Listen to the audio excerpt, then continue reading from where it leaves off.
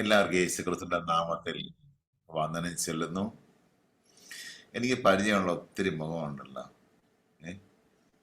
രാജി എന്ന് പറഞ്ഞൊരു മുഖം ഞാൻ അതിനകത്ത് കാണുന്നത്. പരിചയമുണ്ടോ രാജി? ഓക്കെ, രാജി എറണാകുളം. രാജി മിണ്ടുന്നില്ല.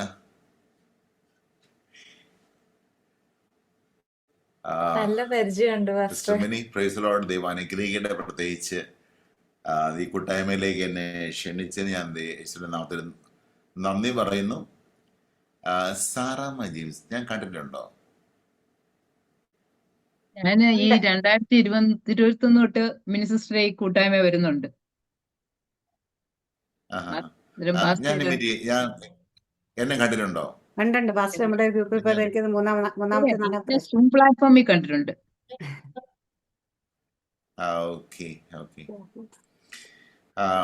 നമ്മൾ സാധാരണ ഒരു സൂം മീറ്റിംഗ് എന്ന് പറയുമ്പോൾ ഒരു ചർച്ചിൽ നമ്മൾ വേറെ ആരോടോ സംസാരിക്കാൻ പോകുന്ന ഒരു ഫീലാണ്. പക്ഷെ എനിക്ക് നിങ്ങളെ രാജ്യം ഉള്ളതുകൊണ്ട് എനിക്കറിയത്തില്ല, എനിക്ക് വളരെ ഫ്രീ ആയിട്ട് നിങ്ങളോട് സംസാരിക്കാൻ തോന്നുക. വചനം പ്രസംഗിക്കുന്നതിനേക്കാളും ഉപരിയായിട്ട് നിങ്ങളുടെ ദൈവസ്നേഹത്തെക്കുറിച്ചും ദൈവത്തെക്കുറിച്ചും ദൈവികമായ മർമ്മങ്ങളെ കുറിച്ചും നിങ്ങളോട് ഇങ്ങനെ സംസാരിക്കാനാണ് തോന്നിക്കുന്നത്. ഒരു പ്രസംഗ ശൈലിയിലേക്ക് പോകാതെ ദൈവം ഇന്ന് നിങ്ങളെ സ്പർശിക്കുമെന്ന് ഞാൻ അറിയുന്നു. വിശ്വസിക്കുമല്ല, ഞാൻ അറിയുന്നു. എനിക്കറിയുന്നു ദൈവത്തിന്റെ ചില ഇടപെടൽ പലരുടെയും ജീവിതത്തിൽ സംഭവിക്കും. നമുക്കൊരു പ്രാർത്ഥിക്കാം. കാരണം ദൈവം ആത്മാവായതുകൊണ്ട് ആത്മാവ് സകലത്തെയും ആരാഞ്ഞറിയും. മനുഷ്യൻ അറിയത്തില്ല, മനുഷ്യനുള്ളത് മാത്രമേ അറിയത്തുള്ളൂ. എന്നാൽ ആത്മാവ് ദൈവത്തിന്റെ ആഴങ്ങളെ അറിയും. നിങ്ങളുടെ ഓരോരുത്തരുടെയും അവസ്ഥകളെ, ആവശ്യങ്ങളെ, നിങ്ങളുടെ ഹൃദയങ്ങളെ ആഴമായിട്ട് തിരിച്ചറിഞ്ഞിട്ട് ആത്മാവ് തന്നെ നമ്മളോട് ഇടപെടാൻ പോകുക.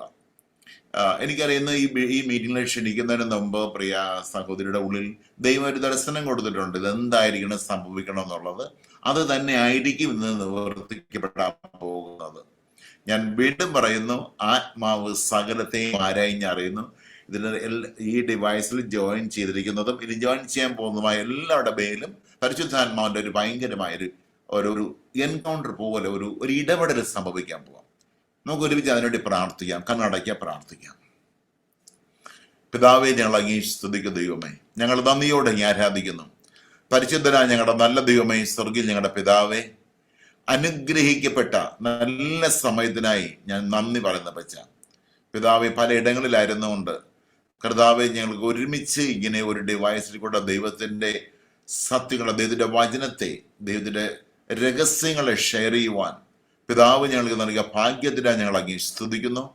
കർത്താവെ, ഇന്ന് ഈ മീറ്റിൽ ജോയിൻ ചെയ്യുന്ന എല്ലാവരെയും ഞാൻ യേശുവിന്റെ നാമം ചൊല്ലിയെടുത്ത് അനുഗ്രഹിക്കുന്നു.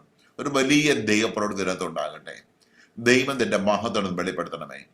യേശു ക്രിസ്തുവിന്റെ നാമത്തിൽ ഒരുമിച്ച് പ്രാർത്ഥിക്കുന്നു നല്ല പിതാവേ. ആമേൻ, ആമേൻ, ആമേൻ, ആമേൻ.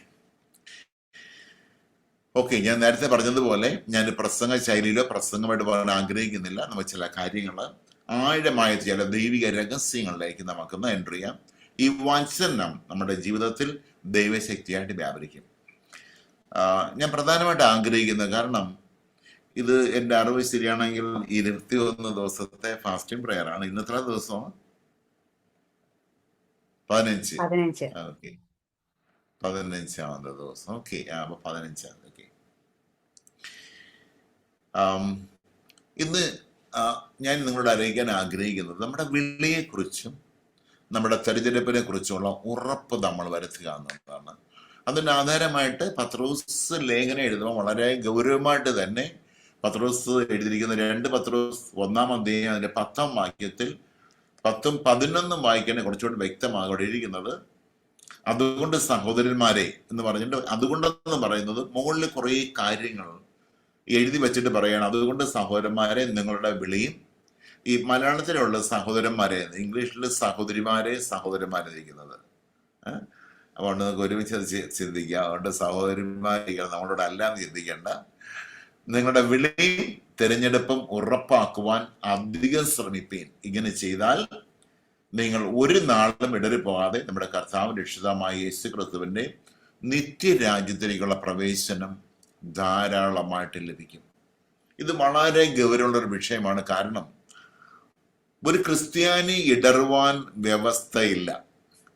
ഞാനൊരു ക്രിസ്ത്യാനി എന്ന് ഞാൻ സംബോധന ചെയ്യുന്നത് ദൈവത്തിന്റെ മക്കൾ, ദൈവത്തിൽ നിന്ന് വീണ്ടും ജനിച്ച ദൈവത്തിന്റെ മക്കൾ ഭൂമിയിൽ ഇടറുവാൻ വ്യവസ്ഥയില്ല. പ്രശ്നങ്ങൾ വരും, പ്രതികൂലങ്ങൾ വരും, നമ്മൾ പ്രതീക്ഷിക്കുന്നതിന് വിരോധമായിട്ടുള്ള കാര്യങ്ങൾ നമ്മൾ ഫേസ് ചെയ്യേണ്ടി വരും. എന്നാലും നമ്മുടെ വിളിയെക്കുറിച്ചും തെരഞ്ഞെടുപ്പിനെ കുറിച്ചും നമുക്ക് ഉറപ്പുണ്ടെങ്കിൽ നമ്മൾ ഇടറിപ്പോകത്തില്ല. എന്നാൽ നമുക്ക് ഈ ഉറപ്പില്ല എന്ന് വരികിൽ ഇടറിപ്പോകും.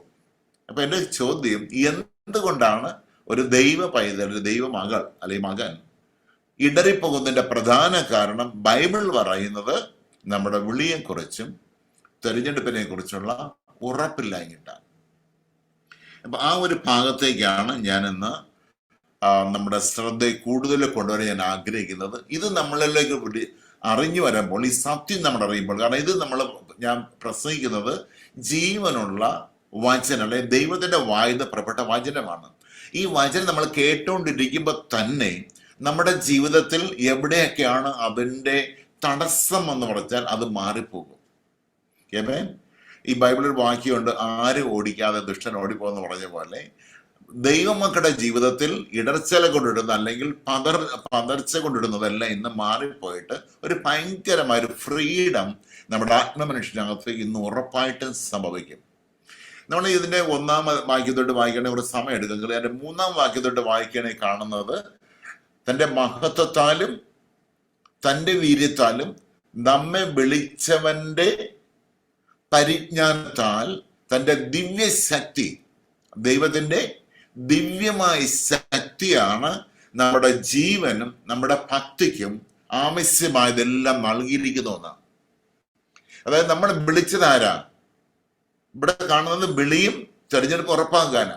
അപ്പൊ നമ്മളെ വിളിച്ചതാരാ? സർവശക്തനായ ദൈവമാണ്. സർവശക്തൻ എന്ന് പറഞ്ഞാൽ വാക്കിനാൽ പ്രപഞ്ചത്തെ സകലത്തെ ഉളവാക്കി. കോടിക്കണക്കിന് ഗാലക്സികൾ അല്ലെങ്കിൽ നമ്മൾ ഈ കാണുന്ന സമുദ്രവും ഭൂമിയിലുള്ള സകലത്തെയും വാക്കിനാൽ, നമ്മുടെ ഈ സയന്റിസ്റ്റ് അല്ലെങ്കിൽ എന്ന് പറയുന്നത് ചില തിയറികൾ പറയുന്നത് ഒരു ഭയങ്കര എന്താ പറയാ, ബിഗ് ബാങ് തിയറി പറയുന്നത് പൊട്ടിത്തെറിയിൽ കൂടെ ഉണ്ടായതാണ്. ആന്ന് ഒരു ഭയങ്കര പൊട്ടിത്തെറി തന്നെ. എന്ന് പറഞ്ഞാൽ ഈ പൊട്ടിത്തെറി എന്ന് പറഞ്ഞത് എന്റെ ദൈവത്തിന്റെ വായിന്ന് പുറപ്പെട്ട വാക്കാണ്. ശാസ്ത്രജ്ഞന്മാർക്ക് പിടികിട്ടിരുന്നത് പൊട്ടിത്തെറിച്ചെന്നുള്ളത്. ദൈവം ഉണ്ടാകട്ടെ എന്ന് പറഞ്ഞപ്പോഴേക്കും എല്ലാം ഒരു ഭയങ്കരമാണ്. അത്ര ഭയങ്കര നമ്മുടെ ദൈവം. മനസ്സിലാകുന്നുണ്ടോ? ഈ ദൈവമാണ് നമ്മെ വിളിച്ചിരിക്കുന്നത്. അപ്പൊ വിളിക്കകത്ത് തന്നെ ആ ദിവ്യ ശക്തിയുടെ ആ പവർ ഉണ്ടല്ലോ. വിളിച്ച ആ ശക്തി തന്നെ നമ്മുടെ ജീവനും നമ്മുടെ ഭക്തിക്കും ആവശ്യമായതെല്ലാം ദാനം നൽകിയിരിക്കുന്നു എന്ന് പറയുന്നത്. അപ്പൊ നമ്മളെ ആരാ വിളിച്ച വ്യക്തിയെ കുറിച്ചുള്ള ഒരു വെളിപ്പാടാണ് നമുക്കിന്ന് നിർബന്ധമായിട്ട് ആവശ്യമായിരിക്കുന്നത്. ഏവൻ, നമ്മൾ സാധാരണ ദൈവത്തെക്കുറിച്ച് നമ്മൾ കൊടുക്കുന്നൊരു പിക്ചറുണ്ട്, നമ്മുടെ പടമുണ്ട്. ഒന്നാമത്തെ വിഷയം, നമ്മുടെ ഏറ്റവും വലിയ പ്രശ്നം ഫേസ് ചെയ്ത് എവിടെയെന്ന് വെച്ച് കഴിഞ്ഞാല് നമ്മളെല്ലാം ഇന്ത്യക്കാരാ. നമ്മൾ തന്നെ ക്രിസ്ത്യൻസ്, ഹിന്ദു ഒക്കെ പറഞ്ഞാലും നമ്മളെല്ലാം ഇന്ത്യൻസ് ആണ്. ഇന്ത്യക്കാരെന്ന് പറയുന്നത് ഒത്തിരി പാരമ്പര്യമുള്ളതാണ്. ഒരു 5000 ബൈബിൾ പ്രകാരം നോക്കണേ 5400ഓളം വർഷത്തെ പഴക്കം ഹിന്ദുസത്തിനുണ്ട്. നമ്മൾ ഈ ബൈബിൾ പഠിക്കുകയാണെങ്കിൽ. എന്നാൽ ക്രിസ്ത്യാനിറ്റി എന്ന് പറയുന്നത് 2000 ചില്ലറ വർഷത്തെ പഴക്കമുള്ള ഈ 5000 പരം വർഷം പഴക്കമുള്ള ഹൈന്ദവ മെന്റാലിറ്റി എന്ന് പറയുന്നത് വിദൂരത്തിരിക്കുന്ന ഏതോ ദൈവത്തെ പ്രസാദിപ്പിച്ച് കാര്യം നേടുന്ന ഒരു മൈൻഡ് സെറ്റാണ്. അപ്പൊ നമ്മൾ ഈ മക്കളായെന്ന് പറഞ്ഞാൽ നമ്മുടെ എവിടെയോ DNA-ക്കകത്ത് ഈ ഒരു ചിന്ത കിടപ്പുണ്ട്. നമ്മൾ കുറച്ച് കരഞ്ഞു, നമ്മുടെ സിമ്പതി കാണിച്ചു, വിളക്ക് കത്തിച്ച് കാര്യങ്ങൾ നേടുന്ന പോലെ, പ്രസാദിപ്പിച്ച് കാര്യം നേടുന്ന പോലെ ഒരു മൈൻഡ് സെറ്റാണ് നമ്മുടെ ജീവനുള്ള സർവശക്തനായ ദൈവത്തിന്റെ അടുത്ത് വന്നപ്പോഴും എങ്ങനെയോ നമ്മളകത്ത് ഇത് കയറിപ്പോകും. ഏവൻ. പക്ഷെ ഇന്ന് പത്രോസ് പറയുന്ന സഹോദരന്മാരെ, സഹോദരിമാരെ, നിങ്ങളുടെ വിളിയും തെരഞ്ഞെടുപ്പും ഉറപ്പാക്കാനായിട്ട് ഇന്ന് എന്ത് ചെയ്യണം? വളരെ അധികം ശ്രമിക്കണം. ഇത് ചെയ്തില്ലെങ്കിൽ നിങ്ങൾ ഇടറിപ്പോകും. കാരണം നമ്മളെ വിളിച്ചിരിക്കുന്നത് സർവശക്തനായ ദൈവമാണ്. ആ വിളിക്കകത്തൂടെ തന്നെ, മനസ്സിലായില്ലേ, നമ്മളെ ഇവിടെ വിളിച്ച് കൊണ്ടുവന്ന് നമ്മുടെ ഓരോരുത്തരെയും പ്രവൃത്തിയും നമ്മുടെ സ്വഭാവവും നമ്മുടെ ഗുണവിശേഷത അനുസരിച്ചല്ല നമ്മൾ അനുഗ്രഹിക്കുന്നത്. ബൈബിള് പറയും നമ്മുടെ ലോകം സൃഷ്ടിക്കുന്നതിന് മുമ്പേ ദൈവം ക്രിസ്തുവിൽ നമ്മളെ തെരഞ്ഞെടുത്തു. അങ്ങനെ ദൈവം മുൻനിയമിച്ചവരെ വിളിച്ചവരെ നീതീകരിച്ചും തേജസ്കരിച്ചിരിക്കും. ആ ഒരു പ്രോസസ്സിൽ കൂടെ കടന്നു പോകുമ്പോൾ ബൈബിള് പറയുന്നത് എപ്പോഴാണ് ദൈവം നമ്മളെ ആ വിളിച്ച സമയത്ത് തന്നെ നമുക്ക് എല്ലാം നൽകപ്പെട്ടിരിക്കുകയാണ്. നമ്മുടെ കയ്യിൽ വന്നിട്ടില്ല. പക്ഷെ അവിടെ 1 കൊരിന്ത്യർ 2-7 എടുക്കണമെന്ന് എഴുതിയിരിക്കുന്നത് പിന്നെ സകല ദൈവത്തിന്റെ ഹൃദയത്തിൽ മുൻനിയമിക്കപ്പെട്ട ആ വാക്യം വായിക്കാൻ മനസ്സിലാവും. കുറച്ചുകൂടെ ഞാൻ ഒത്തിരി വിശദമായിട്ട് വചനെടുക്കാൻ ആഗ്രഹിക്കുന്നില്ല, കാരണം ഡീപ്പായിട്ട് പോകാൻ വളരെ സിമ്പിളായിട്ട് തന്നെ നിങ്ങളുടെ കൊണ്ടുവരാൻ ആഗ്രഹിക്കുന്നു. 1 കൊരിന്ത്യർ 2 എടുത്ത് നോക്കി. ദൈവം ലോക സൃഷ്ടിക്ക് മുമ്പേ നമ്മുടെ തേജസ്സിനായി മുൻനിയമിച്ചതും മറഞ്ഞിരുന്നതുമായ ദൈവത്തിന്റെ ജ്ഞാനമത്രേ മർമ്മമായി ഞങ്ങൾ പ്രസ്താവിക്കുന്നു. അതെ, നമ്മൾ ഈ വചനത്തിൽ കൂടെ പറയുന്നത് ഭയങ്കര മർമ്മങ്ങളാണ്. എന്താ ഈ മർമ്മം എന്ന് പറഞ്ഞു കഴിഞ്ഞാൽ ലോകം സൃഷ്ടിക്കുന്ന മുമ്പേ, അപ്പൊ നമ്മൾ തിരഞ്ഞെടുത്തപ്പോഴാ ലോകം സൃഷ്ടിക്കുന്നതിന് മുമ്പാ. അപ്പൊ ലോകം സൃഷ്ടിക്കുമ്പോൾ ക്രിസ്തുവിൽ നമ്മളെ തിരഞ്ഞെടുക്കുമ്പോൾ തന്നെ നമ്മുടെ തേജസ്സിനായി മുൻ നിയമിച്ചതും ദൈവത്തിന്റെ ഹൃദയത്തിൽ മറഞ്ഞിരിക്കുന്നതുമായ ദൈവത്തിന്റെ ജ്ഞാനം അത്രേ. അപ്പൊ നമുക്ക് എല്ലാം നൽകിയിരിക്കുന്നത് നമ്മുടെ വിളിക്കുന്ന സമയത്താണ്. കാരണം സർവശക്തനായ ദൈവം വിളിച്ചിരിക്കുന്നത്. ആ ദിവ്യ ശക്തി ഇപ്പൊ എവിടെ ഇരിക്കുന്ന അറിയാം. യേശു പറഞ്ഞില്ലേ, നിങ്ങൾക്ക് ഒത്തിരി വാഗ്ദത്വമൊന്നുമില്ല, നിങ്ങൾക്ക് പ്രധാനപ്പെട്ട ഒരു വാഗ്ദത്വം പരിശുദ്ധാത്മാവെന്ന വാഗ്ദത്വം നിങ്ങളുടെ മേൽ വരുമ്പോൾ നിങ്ങൾക്ക് ശക്തി ലഭിക്കും. വേറെ ഭാഗത്ത് പറയുന്നത് ഞാൻ പിതാവിന്റെ ആത്മാവ് നിങ്ങളുടെ മേൽ തരും. വേറൊരു ഭാഗത്തോടെ ഞാനും പിതാവും നിങ്ങളുടെ മേൽ വന്ന് വാസം ചെയ്യും. ഇത് തന്നെയാണ് പരിശുദ്ധാത്മാവ്. ഇത് തന്നെയാണ് നമ്മളിൽ ശക്തിയായിട്ട് വ്യാപരിക്കുന്നത്. അപ്പൊ നമ്മുടെ എല്ലാ വാഗ്ദത്തങ്ങളും കിടക്കുന്ന എവിടെയാ? ആത്മാവ് എന്ന വാഗ്ദത്തത്തില്ല. ഈ ആത്മാവ് ഒരു വ്യക്തിയുടെ വരുമ്പോൾ എന്ത് സംഭവിക്കും? നമ്മുടെ പേര് ശക്തി ലഭിക്കും. ഈ ദിവ്യ ശക്തിയാണ് നമ്മുടെ ജീവനും നമ്മുടെ ഭക്തിക്കും ആവശ്യമായ എല്ലാം. അപ്പൊ നമ്മുടെ ഏറ്റവും വലിയ വിഷയം എന്താ? നമ്മുടെ ആത്മീയമായ അല്ലെങ്കിൽ നമ്മുടെ ആത്മാവിന് ആവശ്യമായതും നമ്മുടെ ഭക്തിക്ക് ആവശ്യം അല്ലെങ്കിൽ നമ്മുടെ ജീവൻ ആവശ്യമായതും ഇതെല്ലാം നമ്മുടെ വിളിക്കകത്ത് തന്നെ നൽകിയിരിക്കുക. ഇത് നമ്മൾ തിരിച്ചറിയാതെ പോകരുതെന്നാണ് ഇന്ന് നമ്മളെ പരിശുദ്ധാത്മാവ് പ്രബോധിപ്പിക്കാൻ ആഗ്രഹിക്കുന്നത്. ഓക്കെ, ഞാൻ വളരെ പ്രധാനപ്പെട്ട പോയിന്റിലേക്ക് ഇത് നമ്മൾ താഴോട്ട് വായിക്കുമ്പോൾ നമുക്ക് അടുത്ത വാക്യം എഴുതിയെന്ന് അറിയാമോ? ഞാൻ ജസ്റ്റ് ഒന്ന് ടച്ച് ചെയ്തിട്ട് പോകാം, കാരണം വളരെ ഗൗരവത്തോടെ നമ്മൾ മനസ്സിലാക്കേണ്ട സത്യമാണ്. ഇന്ന് ഈ മീറ്റിംഗ് കഴിയുമ്പോൾ ഒരു ദൈവ പൈതലും ഇടറുവാൻ വ്യവസ്ഥ ഇല്ല. എത്ര വലിയ വിഷയം, രോഗത്തിലായിക്കൊള്ളട്ടെ, സാമ്പത്തിക വിഷയങ്ങളിലായിക്കൊള്ളട്ടെ, മാനസിക സംഘർഷങ്ങളായിക്കൊള്ളട്ടെ, പാരമ്പര്യമായ എന്ത് വിഷയമാണെങ്കിലും യേശുവിന്റെ നാമത്തിൽ ഇന്ന് അത്ഭുതം സംഭവിക്കണം. കാരണം ഇവിടെ വ്യാപരിക്കുന്നത് ദൈവശക്തിയാണ്, മനുഷ്യന്റെ വാക്കുകളല്ല. ദൈവശക്തി ആയതുകൊണ്ട് ഉറപ്പായിട്ടും ഇന്ന് അതിന്റെ പ്രവൃത്തി ഇവിടെ വെളിപ്പെട്ട് വന്നിരിക്കും. ആമേൻ. ഓക്കെ, 4-ാം വാക്യം എഴുതിയിരിക്കുക. 2 പത്രോസ് 1-ന്റെ-4-ാം വാക്യം എഴുതിയിരിക്കുന്നതെന്നറിയാമോ? ഇവയാൽ നമ്മൾ വിലയേറിയതും അതിമഹത്വമായ വാഗ്ദത്തങ്ങൾ നമുക്ക് നൽകപ്പെട്ടിരിക്കുക. അപ്പൊ ഇതെല്ലാം നൽകുമെന്നല്ല പറഞ്ഞിരിക്കുന്നത്, നമുക്ക് നൽകപ്പെട്ടിരിക്കുകയാണ്. ഇത് ഉള്ളത് കൊണ്ട് നമ്മൾ എന്ത് ചെയ്യണമെന്നിരിക്കുന്നത്? ഇത് നിമിത്തം നമ്മൾ എന്ത് ചെയ്യണം? നമ്മൾ ഈ ലോകത്തെ നാശം വിട്ടൊഴിഞ്ഞിട്ട് നമുക്ക് എന്തോ സംഭവിക്കണം? ഡിവൈൻ നേച്ചർ, ദിവ്യ സ്വഭാവത്തിന് നമ്മൾ കൂട്ടാളികളാണ്. എന്ന് പറഞ്ഞാൽ നമ്മൾ ദൈവത്തിന്റെ മക്കളാണെന്ന് നമ്മുടെ ക്യാരക്ടറുകൾ, നമ്മുടെ ഇടപെടൽ കൊണ്ട് നമ്മൾ വെളിപ്പെടുത്തണം. ആർക്ക് വെളിപ്പെടുത്തണം? നമുക്ക് തന്നെ വെളിപ്പെടുത്തണം, വേറെ ആർക്കും വെളിപ്പെടുത്താൻ പോകണ്ട. നമുക്ക് നമ്മളെ തന്നെ വെളിപ്പെടുത്തണം. നമ്മൾ ആരാ? നമ്മുടെ നടപ്പും നമ്മുടെ സംസാരം നമ്മുടെ ശൈലികളെല്ലാം എന്ത് വെളിപ്പെടുത്തണം? ആ ദിവ്യ സ്വഭാവം. ഞാൻ ആരാ? ദൈവത്തിന്റെ മകൻ അല്ലെങ്കിൽ ദൈവത്തിന്റെ മകളാ. എന്നെ വിളിച്ച ആരാ? ദൈവമാ. ഇവൻ ഈ ആരാ? ആ ദൈവം ആരാ? സർവശക്തനായ ദൈവമാ. ആ ദൈവം എനിക്ക് നൽകപ്പെട്ടിരിക്കുക. അപ്പൊ പത്രോസ് പറയുന്നത് ഇത് നിമിത്തം നമ്മൾ എന്ത് ചെയ്യണമെന്നാ? നമ്മുടെ റോൾ എന്താ? നമ്മുടെ റോൾ എന്താ? നമ്മൾ ആരാകണം? ആ ദിവ്യ സ്വഭാവത്തിന് കൂട്ടാളിയാണ്. പക്ഷെ നമ്മൾ എന്ത് ചെയ്യുന്നേ? നമ്മളിതൊന്നും തിരിച്ചറിയാതെ നമ്മുടെ ഭാഗങ്ങളിൽ മാറ്റി വെച്ചിട്ട് നമ്മൾ ദൈവത്തോട് പറയും, കർത്താവേ എന്നെ അനുഗ്രഹിക്കണം, എന്നെ വിടുവിക്കണം, എന്നെ സഹായിക്കണം, എനിക്ക് വേണ്ടി പ്രവർത്തിക്കണം, എനിക്ക് വേണ്ടി യുദ്ധം ചെയ്യണം. പിന്നെ ഉള്ള പിശാചിനേക്കാൾ തല്ലി ചതച്ച് അതിനിട്ട് ഓടിച്ചു, ദൈവത്തെ ഇട്ട് കൈയും കാലും കെട്ടിയിട്ട് ദൈവത്തെ അനുഗ്രഹിച്ചല്ലാതെ വിടത്തില്ല. നമ്മുടെ ദൈവത്തോടൊരു മല്ലുപിടുത്തമായിരിക്കും, അല്ലെങ്കിൽ പിശാചിനെടുത്തൊരു കത്തിക്കും. പക്ഷെ ദൈവം പറയുന്ന, കുഞ്ഞുങ്ങളെ നിങ്ങൾ അനുഗ്രഹിച്ചിരിക്കുക, എങ്ങനെയാ? നിങ്ങളുടെ വിളിക്കകത്ത് തന്നെ അനുഗ്രഹിക്കപ്പെട്ടിരിക്കുക. പക്ഷെ നിങ്ങൾ എന്താ ചെയ്യേണ്ടത്? നിങ്ങൾ ഇത് നിമിത്തം എന്ത് ചെയ്യണം? നിങ്ങൾ എന്ത് ചെയ്യണം? ദിവ്യ സ്വഭാവത്തിന്റെ കൂട്ടാളികളാകണം. എങ്ങനെ? ഈ ലോകത്തിന്റെ മോഹത്തുള്ള നാശം വിട്ടൊഴിഞ്ഞിട്ട് നമ്മൾക്ക് എന്താ വേണ്ടത്? ആ ഡിവൈൻ നേച്ചർ, ദിവ്യ സ്വഭാവം. ആമേൻ. വല്ലത് മനസ്സിലാകുന്നുണ്ടോ? ഇന്ന് നമ്മുടെ ജീവിതത്തിനകത്ത് ഭയങ്കര ചേഞ്ചസ് ഉണ്ടാകും. കാരണം ഞാൻ വീണ്ടും പറയാം, നമ്മുടെ വിളിച്ചതാരാ? ദൈവമാ. എങ്ങനെ വിളിച്ചിരിക്കുന്നത്? മക്കളാക്കി വിളിച്ചിരിക്കുന്നത്. ദൈവം നമ്മുടെ മക്കൾ. എത്ര ഉറപ്പുണ്ട് ദൈവത്തിന്റെ മക്കളാണ് നമുക്ക്? എത്ര ഉറപ്പുണ്ടെന്ന്? ആമേൻ. നമ്മളെല്ലാവരും ദൈവത്തിന്റെ മക്കളാ.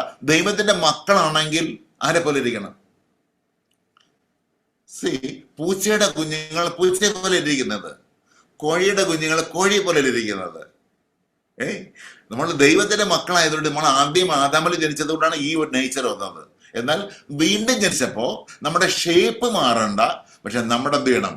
ആ ദിവ്യ സ്വഭാവം ഉണ്ടല്ലോ, ആ ക്യാരക്ടർ, അതിനകത്ത് മാറ്റം വരുമ്പോഴാണ് ഇതെല്ലാം നമ്മുടെ അകത്തോട്ട് വരുന്നത്. ഇതിന് വരാനായിട്ട് ഈ ബൈബിള് നോക്കുവാണെങ്കിൽ ദൈവത്തിന്റെ മക്കളായി കഴിഞ്ഞാൽ, അല്ലെങ്കിൽ നമ്മൾ വീണ്ടും ജനിച്ചു കഴിഞ്ഞാൽ, ബൈബിൾ പ്രകാരം നമ്മളെല്ലാവരും അനുഗ്രഹിക്കപ്പെട്ടവരാ. എല്ലാവരും അനുഗ്രഹിക്കപ്പെട്ടവരാ. ഇനി അനുഗ്രഹിക്കപ്പെടാനായിട്ട് അത് പ്രാർത്ഥിക്കേണ്ട. ഇനി പ്രാർത്ഥിക്കേണ്ടത് അനുഗ്രഹം അനുഭവിക്കാനായിട്ട് പ്രാർത്ഥിക്കണം. നമ്മൾ അനുഗ്രഹം നല്ലൊരു ശതമാനം, 99% പേരും നമ്മളെ അനുഗ്രഹിച്ചിരിക്കുന്ന അനുഗ്രഹത്തിന് ഒത്തവണ്ണം അനുഗ്രഹം നമ്മൾ എന്ത് ചെയ്യുന്നില്ല? അനുഭവിക്കുന്നില്ല. നമ്മൾ പറഞ്ഞും പ്രസംഗിച്ചും കേട്ടു തന്ന് സുഖിക്കുക. നമ്മൾ പറയുന്നത് ദാവീദ് രാജാവായി, വാ. പിന്നെന്താ, യാക്കോബ് ആരായി? സോ ആയി. അല്ലെങ്കിൽ പിന്നെ മോശ ഒരു ഭയങ്കര ലീഡറായി, ജോസഫ് മന്ത്രിയായി. ഇതെല്ലാം പറഞ്ഞ് നമ്മളങ്ങ് സന്തോഷിക്കുന്ന കവിഞ്ഞ് നമ്മൾ വീണ്ടും പഴയ പോലെ ഇരിക്കുന്നു. പക്ഷെ ബൈബിള് പറയുന്നത് നമ്മൾ അനുഗ്രഹിക്കപ്പെട്ടവരാണ്, നമ്മളത് അനുഗ്രഹം അനുഭവിക്കണം. ആമേൻ. അതുകൊണ്ടാണ് പറയുന്നത്, സഹോദരന്മാരെ, എല്ലാം ശരിയാണ്. നിങ്ങളുടെ വിളിയെക്കുറിച്ച്, നിങ്ങൾ ആരാ വിളിച്ച്, എന്തിനു വേണ്ടി വിളിച്ചിരിക്കുന്നു, നിങ്ങളുടെ പ്രത്യേകിച്ച് ആ വിളിയും നിങ്ങളുടെ തിരഞ്ഞെടുപ്പും ഉറപ്പാക്കാൻ അധികം ശ്രമിക്കുക. നമ്മൾ ദൈവമാണ് വിളിച്ചെങ്കിൽ എങ്ങനെ വിളിച്ച്? മക്കളായിട്ട് വിളിച്ചിരിക്കുന്നത്. എന്തിനു വേണ്ടി വിളിച്ചിരിക്കുന്നു? നമ്മുടെ സാധാരണ ഇപ്പൊ ഇന്ത്യൻ നിയമപ്രകാരം ഒരു കുട്ടിയെ ദത്തെടുക്കണമെന്ന് വെച്ചാൽ, ഒരു കുഞ്ഞിനെ ദത്തെടുക്കുകയാണെങ്കിൽ ഇവിടുത്തെ ഇന്ത്യയുടെ നിയമപ്രകാരം എന്ത് ചെയ്യണം? എനിക്കുള്ള സ്വത്തിന്റെ വിഹിതം കുഞ്ഞിന്റെ പേരിൽ എഴുതി കൊടുക്കണം. ആ കുഞ്ഞിന് 3 മാസം പ്രായമാണോ 6 മാസം പ്രായമാണോ 1 വർഷമായോ എന്നുള്ള വിഷയമല്ല. ദത്തെടുക്കുവാണെങ്കിൽ മിനിമം എന്റെ സമ്പത്ത് ഞാൻ എന്തെല്ലാം കൊടുക്കുന്നുള്ള ഈ കുട്ടിയുടെ പേര് എഴുതി കൊടുക്കും. ഇത് ഗവൺമെന്റ് നിയമമാണ്. ഈ ലോക മനുഷ്യന് ഇങ്ങനെ നിയമം ഉണ്ടെങ്കിൽ ദൈവം നമ്മളെ ദത്തെടുത്തിരിക്കുക മാത്രമല്ല, മക്കളാക്കിയിരിക്കുക. ഈ ദൈവം നമുക്ക് തരുന്നത് നമ്മുടെ ഒരു 10 സെന്റിന്റെ 20 സെന്റിന്റെ കണക്കനല്ല. ദൈവം തരുന്നത് തന്റെ മഹത്വത്തിന്റെ ധനത്തിനൊത്തവണ്ണമാണ്. അവന്റെ ആത്മാവിനാൽ നമ്മുടെ അകത്തെ മനുഷ്യനെ ദൈവം അനുഗ്രഹിക്കുന്നത്. ഇപ്പൊ നമ്മൾ അനുഭവിക്കാതെ പോകുന്നതിന്റെ പ്രധാന കാരണം എന്ന് പറഞ്ഞു കഴിഞ്ഞാൽ, നമുക്ക് അതിന്റെ താക്കോൽ അല്ലെങ്കിൽ അതിന്റെ രഹസ്യം നമ്മൾ പലപ്പോഴും നമ്മൾ മിസ് ചെയ്യുന്നത് കൊണ്ടാണ്. ഇന്ന് ഈ മീറ്റിംഗ് കഴിയുന്നതിന് മുമ്പ് തന്നെ ഒരു ഭയങ്കര ഒരു ട്രാൻസ്ഫോർമേഷൻ, വലിയ ചേഞ്ച് നമ്മുടെ ആത്മമനുഷ്യനകത്തോട്ട് വരണം. കാരണം നമ്മൾ എന്ന് രക്ഷിക്കപ്പെട്ടോ, എന്ന് ദൈവത്തിന്റെ മക്കളായോ, അന്ന് മുതൽ വേദപുസ്തക പ്രകാരം നമ്മൾ അനുഗ്രഹിക്കപ്പെട്ട് കഴിഞ്ഞിരിക്കുന്നു.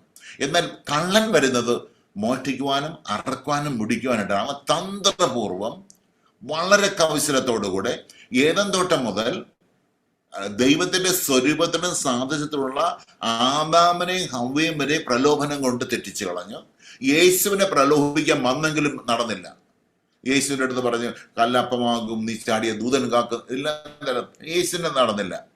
അപ്പൊ ഈ പിശാച് മക്കളെന്നുള്ള അവകാശം അല്ലെ, ബൈബിൾ നോക്കുമ്പോഴേ ആദാമും ഹവ്വയും ദൈവത്തിന്റെ മക്കളായിരുന്നു. പിന്നെ ദൈവത്തിന്റെ മക്കൾ ആരും ഇല്ലായിരുന്നു. പിന്നെ വന്നത് യേശു വന്നപ്പോഴേ പറഞ്ഞു, യവൻ എന്റെ പ്രിയപുത്രൻ. ഇത് കണ്ടോണ്ട് പിശാച് വീണ്ടും ചാടിക്കയറി ചേർന്ന് ഇവനെ തോൽപ്പിക്കാൻ നോക്കി. അപ്പോ ഈ പ്രലോഭനങ്ങൾ കൊണ്ട് മനുഷ്യനെ എന്ത് ചെയ്യും? അവനുള്ള മേലുള്ള അധികാരം വരുന്ന മക്കളെന്ന പദവി മാറ്റിക്കളയുന്നതാണ്. ഒരു രക്ഷിക്കപ്പെട്ട ഒരു വ്യക്തിയുടെ അനുഗ്രഹത്തെ തടയുന്ന എപ്പോഴാന്ന് വെച്ച് കഴിഞ്ഞാൽ അവന്റെ പദവി. എന്താ പദവി? നമ്മുടെ മക്കൾ. കാണുന്ന ദൈവത്തിന്റെ മക്കളെന്ന് വിളിക്കപ്പെടുവാൻ പിതാവ് എത്ര ഭയങ്കര സ്നേഹം, അതാണ് നമ്മുടെ പദവി. അപ്പൊ ഏദൻ തോട്ടത്തിൽ ദൈവം തന്റെ സ്വരൂപത്തിലും സാധ്യത ബൈബിൾ പറയുന്നത് ആദാം ഹവ ദൈവത്തിന്റെ മക്കളായിരുന്നു. പിന്നെ ബാക്കി ആരും ദൈവത്തിന്റെ മക്കളെന്ന് എഴുതിയിട്ടില്ല ബൈബിളില്. പിന്നെ കാണുന്നത് യേശുവിനെ കുറിച്ച് പറഞ്ഞത് ഇവരെന്റെ പ്രിയപുത്രൻ. അപ്പൊ പുത്രത്വം വന്നപ്പോൾ മക്കളായപ്പോൾ അവകാശിയായി അവരെ പ്രവൃത്തി എന്തെന്ന് അറിയുക പിശാച് ഉടനെ വന്ന് അവരെ തെറ്റിക്കാൻ ശ്രമിക്കുന്നുണ്ട്. ഇതുപോലെ തന്നെയാണ് നമ്മളെ ഭാഗികമായിട്ട് പിശാച് തെറ്റിച്ചിട്ട് പറയാ, നിങ്ങൾ അനുഗ്രഹിക്കപ്പെടണം, നിങ്ങൾ അനുഗ്രഹത്തോട് പ്രാർത്ഥിക്കുക. ബൈബിൾ എഫെസ്യരുടെ 1-ാം അധ്യായത്തിന്റെ 3-ാം വാക്യം പറയുന്നത് സ്വർഗത്തിലെ സകല ആത്മീയ അനുഗ്രഹങ്ങളാലും ക്രിസ്തു യേശുവിൽ അനുഗ്രഹിച്ചിരിക്കുന്ന ദൈവം. അനുഗ്രഹിക്കുന്ന ദൈവമല്ല, അനുഗ്രഹിച്ചിരുന്ന ദൈവം. നാം തന്റെ സന്നിധിയിൽ നമ്മൾ എന്ത് ചെയ്യണം? വിശുദ്ധരും നിഷ്കളങ്കരും. എന്തിനാ വിശുദ്ധരും നിഷ്കളങ്കരെന്ന്? ദൈവത്തിന്റെ സ്വരൂപത്തോട് നമ്മള് അല്ലേ, അതല്ലേ പറയാം, നമ്മളതിന്റെ സ്വരൂപത്തിൽ അനുരൂപരാകുവാൻ ദൈവം നമ്മളെ മുൻനിയമിച്ചിരിക്കുന്നു. പക്ഷെ ഇത് ഈ ഒരു പ്രോസസ്സിലേക്ക് നമ്മൾ എൻട്രി ചെയ്യാതെ നമ്മളെ തടഞ്ഞു വെക്കുന്ന ചില പൈശാചിക തന്ത്രങ്ങൾ, പിശാചിന്റെ പോരുകളല്ല, കാരണം നമുക്ക് അവരുടെ പോരാട്ടമല്ല പോരുമല്ല, പക്ഷെ അവരുടെ തന്ത്രങ്ങൾ നമ്മൾ തിരിച്ചറിയുമ്പോൾ ഉറപ്പായിട്ടും നമ്മൾ അഭിമുഖീകരിക്കുന്ന എല്ലാ പ്രശ്നങ്ങളിൽ നിന്നും ഇന്ന് നമ്മൾ പുറത്തു വരും. നമ്മൾ ആരും പുറത്തു വരുത്തണ്ട, നമ്മൾ തന്നെ പുറത്തു വരുന്ന രീതിയിൽ വചനം നമ്മുടെ മുമ്പിൽ ജീവനായിട്ട് വ്യാപരിച്ചുകൊണ്ടിരിക്കുക. ഞാൻ ഇത് കണ്ടിന്യൂ ചെയ്യുന്നപ്പോൾ ഞാൻ വേറൊരു കാര്യം, നിങ്ങൾക്ക് അറിയാമെന്നൊരു കാര്യം പറയാം, അപ്പോൾ നിങ്ങൾക്ക് ഗ്രഹിക്കാൻ ഭയങ്കര എളുപ്പമായിരിക്കും.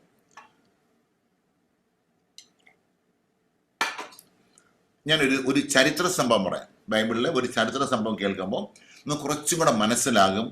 നമ്മൾ മാത്രമല്ല, പലരും ഇങ്ങനെയുള്ള അനുഭവത്തിലേക്ക് കൊടുപ്പിക്കുന്നുണ്ട്. കാരണം നല്ലൊരു തലമുറ, ഓരോ തലമുറയിലും പലരും ഇത് അനുഭവിക്കുന്നുണ്ട്. അപ്പോൾ ഞാൻ ഒരാളുടെ ഒരു വ്യക്തിയുടെ ഒരു കാര്യം, ഒരു സംഭവം കേൾക്കുമ്പോൾ ആണ് അത് ബൈബിൾ എഴുതി വെച്ചിട്ടുണ്ട് അവരുടെ അനുഭവം. എത്ര ഒരു ഗിദെയോനെ കുറിച്ച് കേട്ടിട്ടുണ്ട്? ഗിദെയോനെ കുറിച്ച് കേൾക്കാത്തവരൊക്കെ കുറവായിരിക്കും. നമ്മൾ യേശുവിനെ കുറിച്ച് കേട്ടില്ലെങ്കിലും ഗിദെയോനെ കുറിച്ച് കിടക്കും അല്ലേ. യേശുവിനെ, അബ്രഹാമിനെ കുറിച്ചും ദാവീദിനെ കുറിച്ചും ജോസഫിനെ കുറിച്ചും ഗിദെയോനെ കുറിച്ചും നമ്മൾ ഏറ്റവും കൂടുതൽ യേശുവിനെ കുറിച്ച് കേട്ടിട്ടുണ്ട്. അവരെ മൊത്തം ചരിത്രം, ക്യാരക്ടറൊക്കെ നമുക്കറിയാം, അതുകൊണ്ട് തന്നെ വിശദീകരിക്കണ്ടല്ലോ. ഓക്കെ, ന്യായാധിപന്മാരുടെ പുസ്തകം 6-ാം അധ്യായം വായിക്കുമ്പോൾ അവിടെ ഒരു ഭാഗം 12-13 ഇങ്ങനെ എഴുതിയിരിക്കുന്നത്, യഹോവയുടെ ദൂതൻ അവന് ഗിദെയോന് പ്രത്യക്ഷനായിട്ട് പറയാണ്, അല്ലയോ പരാക്രമശാലിയെ, യഹോവ നിന്നോട് കൂടെ ഉണ്ട് എന്ന് പറഞ്ഞു. ഈ ഭാഗം നമുക്കറിയാനല്ലേ അല്ലേ. ഗിദെയോൻ അവനോട്, അയ്യോ യജമാനെ, യഹോവ നമ്മുടെ കൂടെ ഉണ്ട് എങ്കിൽ നമുക്കിതൊക്കെയും വന്നത് എന്ത്? മനസ്സിലായോ? എന്നിട്ട് അത് തുറന്നവിടെ എന്ത് എഴുതിയിരിക്കുന്നേ?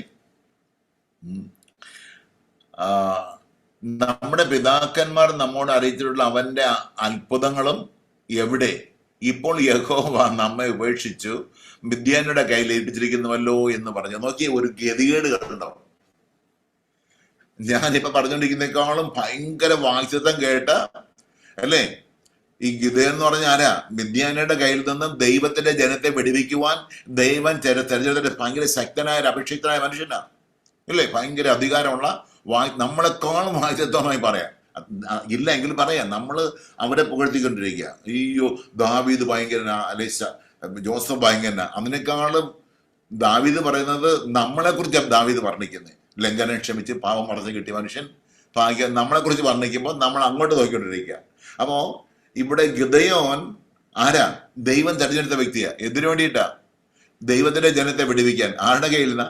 ശത്രുവിന്റെ കയ്യിൽ നിന്ന്, അല്ലെങ്കിൽ മിദ്യാന്യരുടെ കയ്യിൽ നിന്ന് വിടുവിക്കാനായിട്ട് ദൈവം തെരഞ്ഞെടുക്കപ്പെട്ട വ്യക്തി ഇപ്പൊ കിടന്നിട്ട് നമ്മുടെ നാട്ടിൽ പറഞ്ഞു കഴിഞ്ഞാൽ എന്ത് പറയുന്നേ? നക്ഷത്രക്കാരനെന്ന് പറയുന്നില്ലേ? നമ്മൾ പറയും, ഓ ദൈവം എന്നെ വിളിച്ചതാ, ഒത്തിരി വായിച്ചത്വങ്ങൾ ഒത്തിരി ഉണ്ട്. ഇപ്പൊ ഓരോരുത്തർ കാത്തിരിക്കുക, എന്താ ഇങ്ങനെ ഇരിക്കുന്നേ?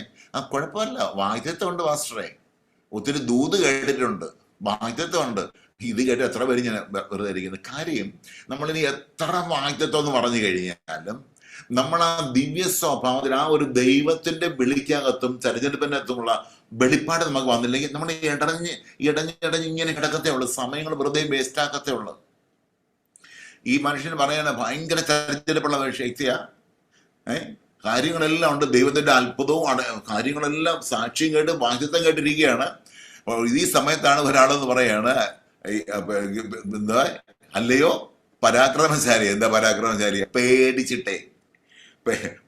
പേടി വന്നു കഴിഞ്ഞാൽ വാക്തത്വവും പോകും, പ്രവചനവും പോവും, ദൂതും പോവും, പിന്നെ കാണുന്ന എല്ലാം പിശാച, കാണുന്ന എല്ലാം ശത്രുക്കളായിട്ടാ. അതാരാന്ന് പറഞ്ഞാൽ പേടിച്ചു കഴിഞ്ഞാൽ പിന്നെ അവര് കാണുന്നത് ശവപ്പെട്ടി, പിശാച്, കൊമ്പ്, വാലൊക്കെയാ. നമ്മുടെ കുഴപ്പമല്ല. ഈ ശിഷ്യന്മാർ ഒരിക്കലും ശിഷ്യന്മാർ പേടിച്ച് ഭയന്നിട്ട് ഒരു റൂമിനകത്ത് കഥ അടച്ചിരിക്കുക. അവിടെ സാക്ഷാൽ ദൈവം യേശു അവിടെ ഇടയിൽ പ്രത്യക്ഷനായി. അതുപോലെ ഇറങ്ങിക്കുക. ഒത്തിരി ദിവസമൊന്നുമല്ലേ, 3-4 ദിവസമായിട്ടുള്ളു. അതുപോലെ ഇറങ്ങിക്കുക. അവര് പറയാം ഭൂതം.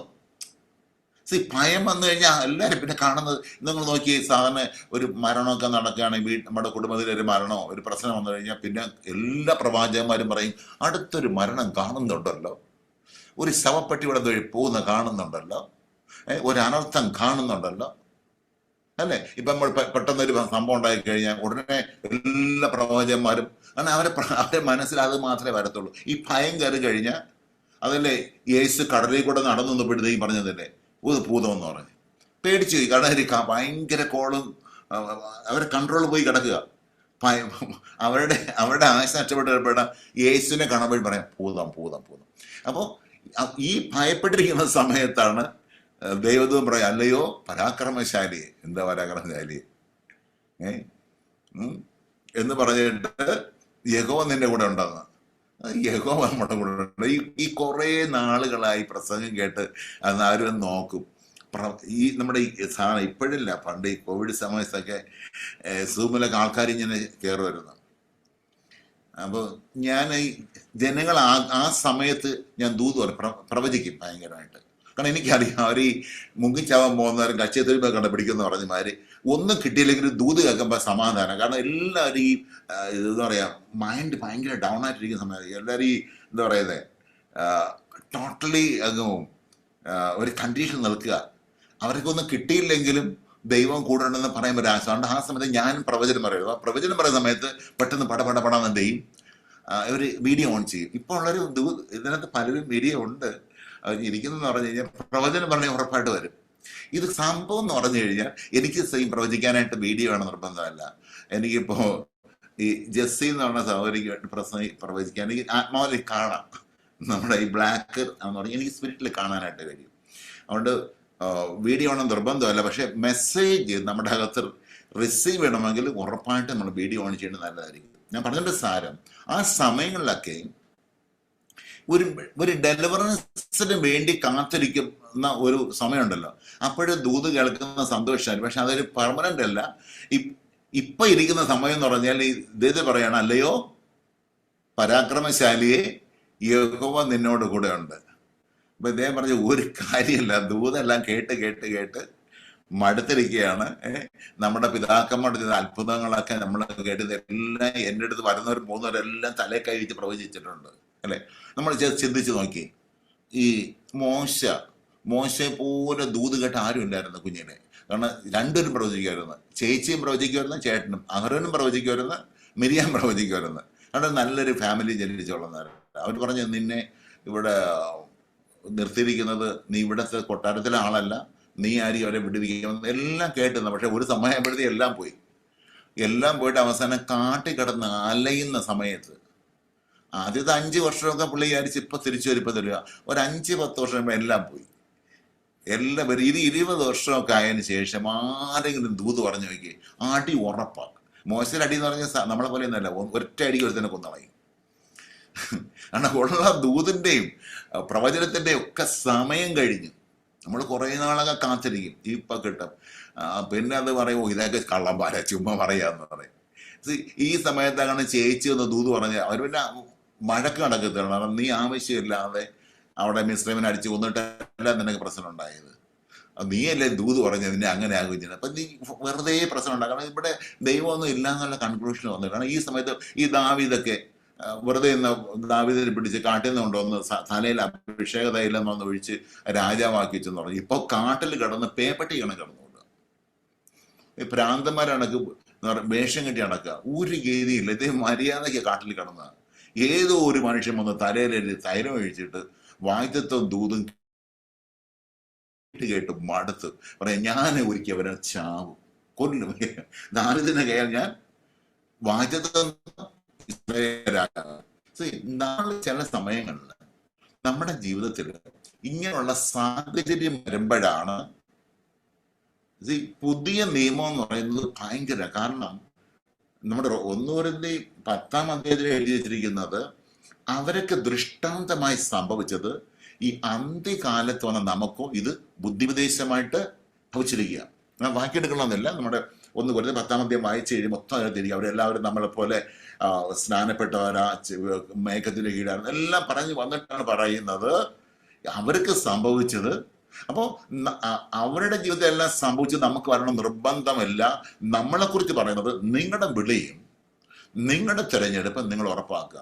ഇവിടെ ഇദ്ദേഹം പറയാണ്, ഗിദെയോന് യഹോവ നിന്റെ കൂടെ ഉണ്ട്. പുള്ളി നമ്മളാണെങ്കിൽ വേറെ പണിയൊന്നുമില്ല, നമ്മൾ പിന്നെ എന്താ പറയാ, ഈ പറഞ്ഞ പോലെ വീഡിയോ ഓഫ് ചെയ്തിട്ട് സൈഡിലേക്ക് ഇരിക്കുമായിരുന്നു. ഇദ്ദേഹം ഇങ്ങനെ വീഡിയോ ഓഫ് ചെയ്ത് സൈഡിലൊന്നും ഇരുന്നില്ല, ഉടനെ വീഡിയോ ഓൺ ചെയ്ത് ചോദിച്ചു, യഹോവ നമ്മുടെ കൂടെ ഉണ്ട് എങ്കിൽ നമുക്ക് ഇതെല്ലാം വന്ന് സംഭവം, പാസ്റ്റ് പറഞ്ഞതെല്ലാം ശരിയാണെങ്കിൽ ഇപ്പൊ നമുക്കത് അറിയണം. പറഞ്ഞപ്പോഴല്ല, ഇത് പറഞ്ഞപ്പോഴത്തേക്കും ഇദ്ദേഹം പരാജയത്തിന്റെ കാര്യം പറഞ്ഞിരിക്കുന്നത്. നമുക്ക് ഇത്ര എല്ലാം പറഞ്ഞു, ഇതൊക്കെ എവിടെ പോയി, ഇതെല്ലാം കുറെ പരാജയം പറഞ്ഞപ്പോഴത്തേക്കും ദൂതൻ പറയാ, ഈ ബലത്തോടെ പോകുന്ന ഏതാ, ഇതൊക്കെ വെറുതെ ആണെന്ന് പറയുമ്പോൾ ആ നെഗറ്റീവല്ല, ഇദ്ദേഹത്തിന്റെ ഉള്ളിൽ ഒരു വാക്യത്വം കിടപ്പുണ്ട്. എന്താ, ദൈവം നമ്മുടെ കൂടെ ഉണ്ടെങ്കിൽ നമുക്കിതൊന്നും സംഭവിക്കത്തില്ലായിരുന്നു എന്ന് ഭയങ്കര ഉറപ്പാ. ഇപ്പൊ ഇദ്ദേഹത്തിന്റെ വിഷയം എന്ന് പറഞ്ഞാൽ ഇപ്പൊ ദൈവം നമ്മുടെ കൂടെ ഉണ്ടോ ഇല്ല എന്നുള്ള. അപ്പൊ ദൂതൻ എന്ന് പറയുമ്പോഴും ഇദ്ദേഹത്തിന് അറിയാം യഹോവ കൂടി നമ്മുടെ കൂടെ ഉണ്ടെങ്കിൽ വിഷയം വരുന്നില്ല. ഇതെന്താ സംഭവിച്ചു? അപ്പൊ ഈ ഒരു വെളിപ്പാട് കേട്ടപ്പോ ദൂതന് മനസ്സിലായി ഇവനാള് മോശം. പ്രശ്നങ്ങൾ 100 ഉണ്ടെങ്കിലും 10,000 വിഷയങ്ങളുണ്ടെങ്കിലും അവന് വിളിയെക്കുറിച്ച് നല്ല ഉറപ്പുണ്ട്, തന്റെ തെരഞ്ഞെടുപ്പിനെ കുറിച്ച് ഭയങ്കര ഉറപ്പുണ്ട്. പറയാണ് ഇപ്പൊ യഹോവ നമ്മുടെ കൂടെ ഉണ്ടെങ്കിൽ, അപ്പൊ ഉണ്ടോ ഇല്ലേ എന്നുള്ള വിഷയമുള്ള ഗിദെയോനെ സംബന്ധിച്ച് നമ്മൾ പറയും, മഹത്തിന്റെ പ്രത്യാശ ക്രിസ്തുവിനിൽ വസിക്കുക, കർത്താവിനിലുണ്ട്, ആത്മാവിൽ ഉണ്ടെന്ന് പറയുകയും ചെയ്യും, നമ്മൾ ഇടറുകയും ചെയ്യും. ഇദ്ദേഹത്തെ സംബന്ധിച്ച് ഇടറിപ്പോയതില്ല. കാരണം ഇത് ഇല്ലേ എന്നുള്ള യഹോവ ഉണ്ടെങ്കിൽ ഇത് ഒരിക്കലും സംഭവിക്കത്തില്ലായിരുന്നു. ഇപ്പൊ ദൈവം നമ്മുടെ കൂടെ ഉണ്ടോ ഇല്ലയോ, ഞാൻ ചോദിക്കട്ടെ, ഇത് വിശ്വസിക്കുന്നുണ്ട് മഹത്തിന്റെ പ്രത്യാശ ക്രിസ്തു നമ്മളിൽ വസിക്കുന്നതായിട്ട്? ആമേൻ. നമ്മൾ ഇന്ന് എന്നെ ശ്രദ്ധിക്കും, നമുക്ക് എത്ര പേർക്ക് ഉറപ്പുണ്ട് കർത്താവ് നമ്മുടെ കൂടെ ഉള്ളതായിട്ട്? നമ്മൾ സ്നാനപ്പെട്ട പറഞ്ഞില്ലേ, ഞാനോ ലോകാവസാനത്തോളം എല്ലാം നാൾ നിങ്ങളുടെ കൂടെ ഉണ്ട്. ആമേൻ.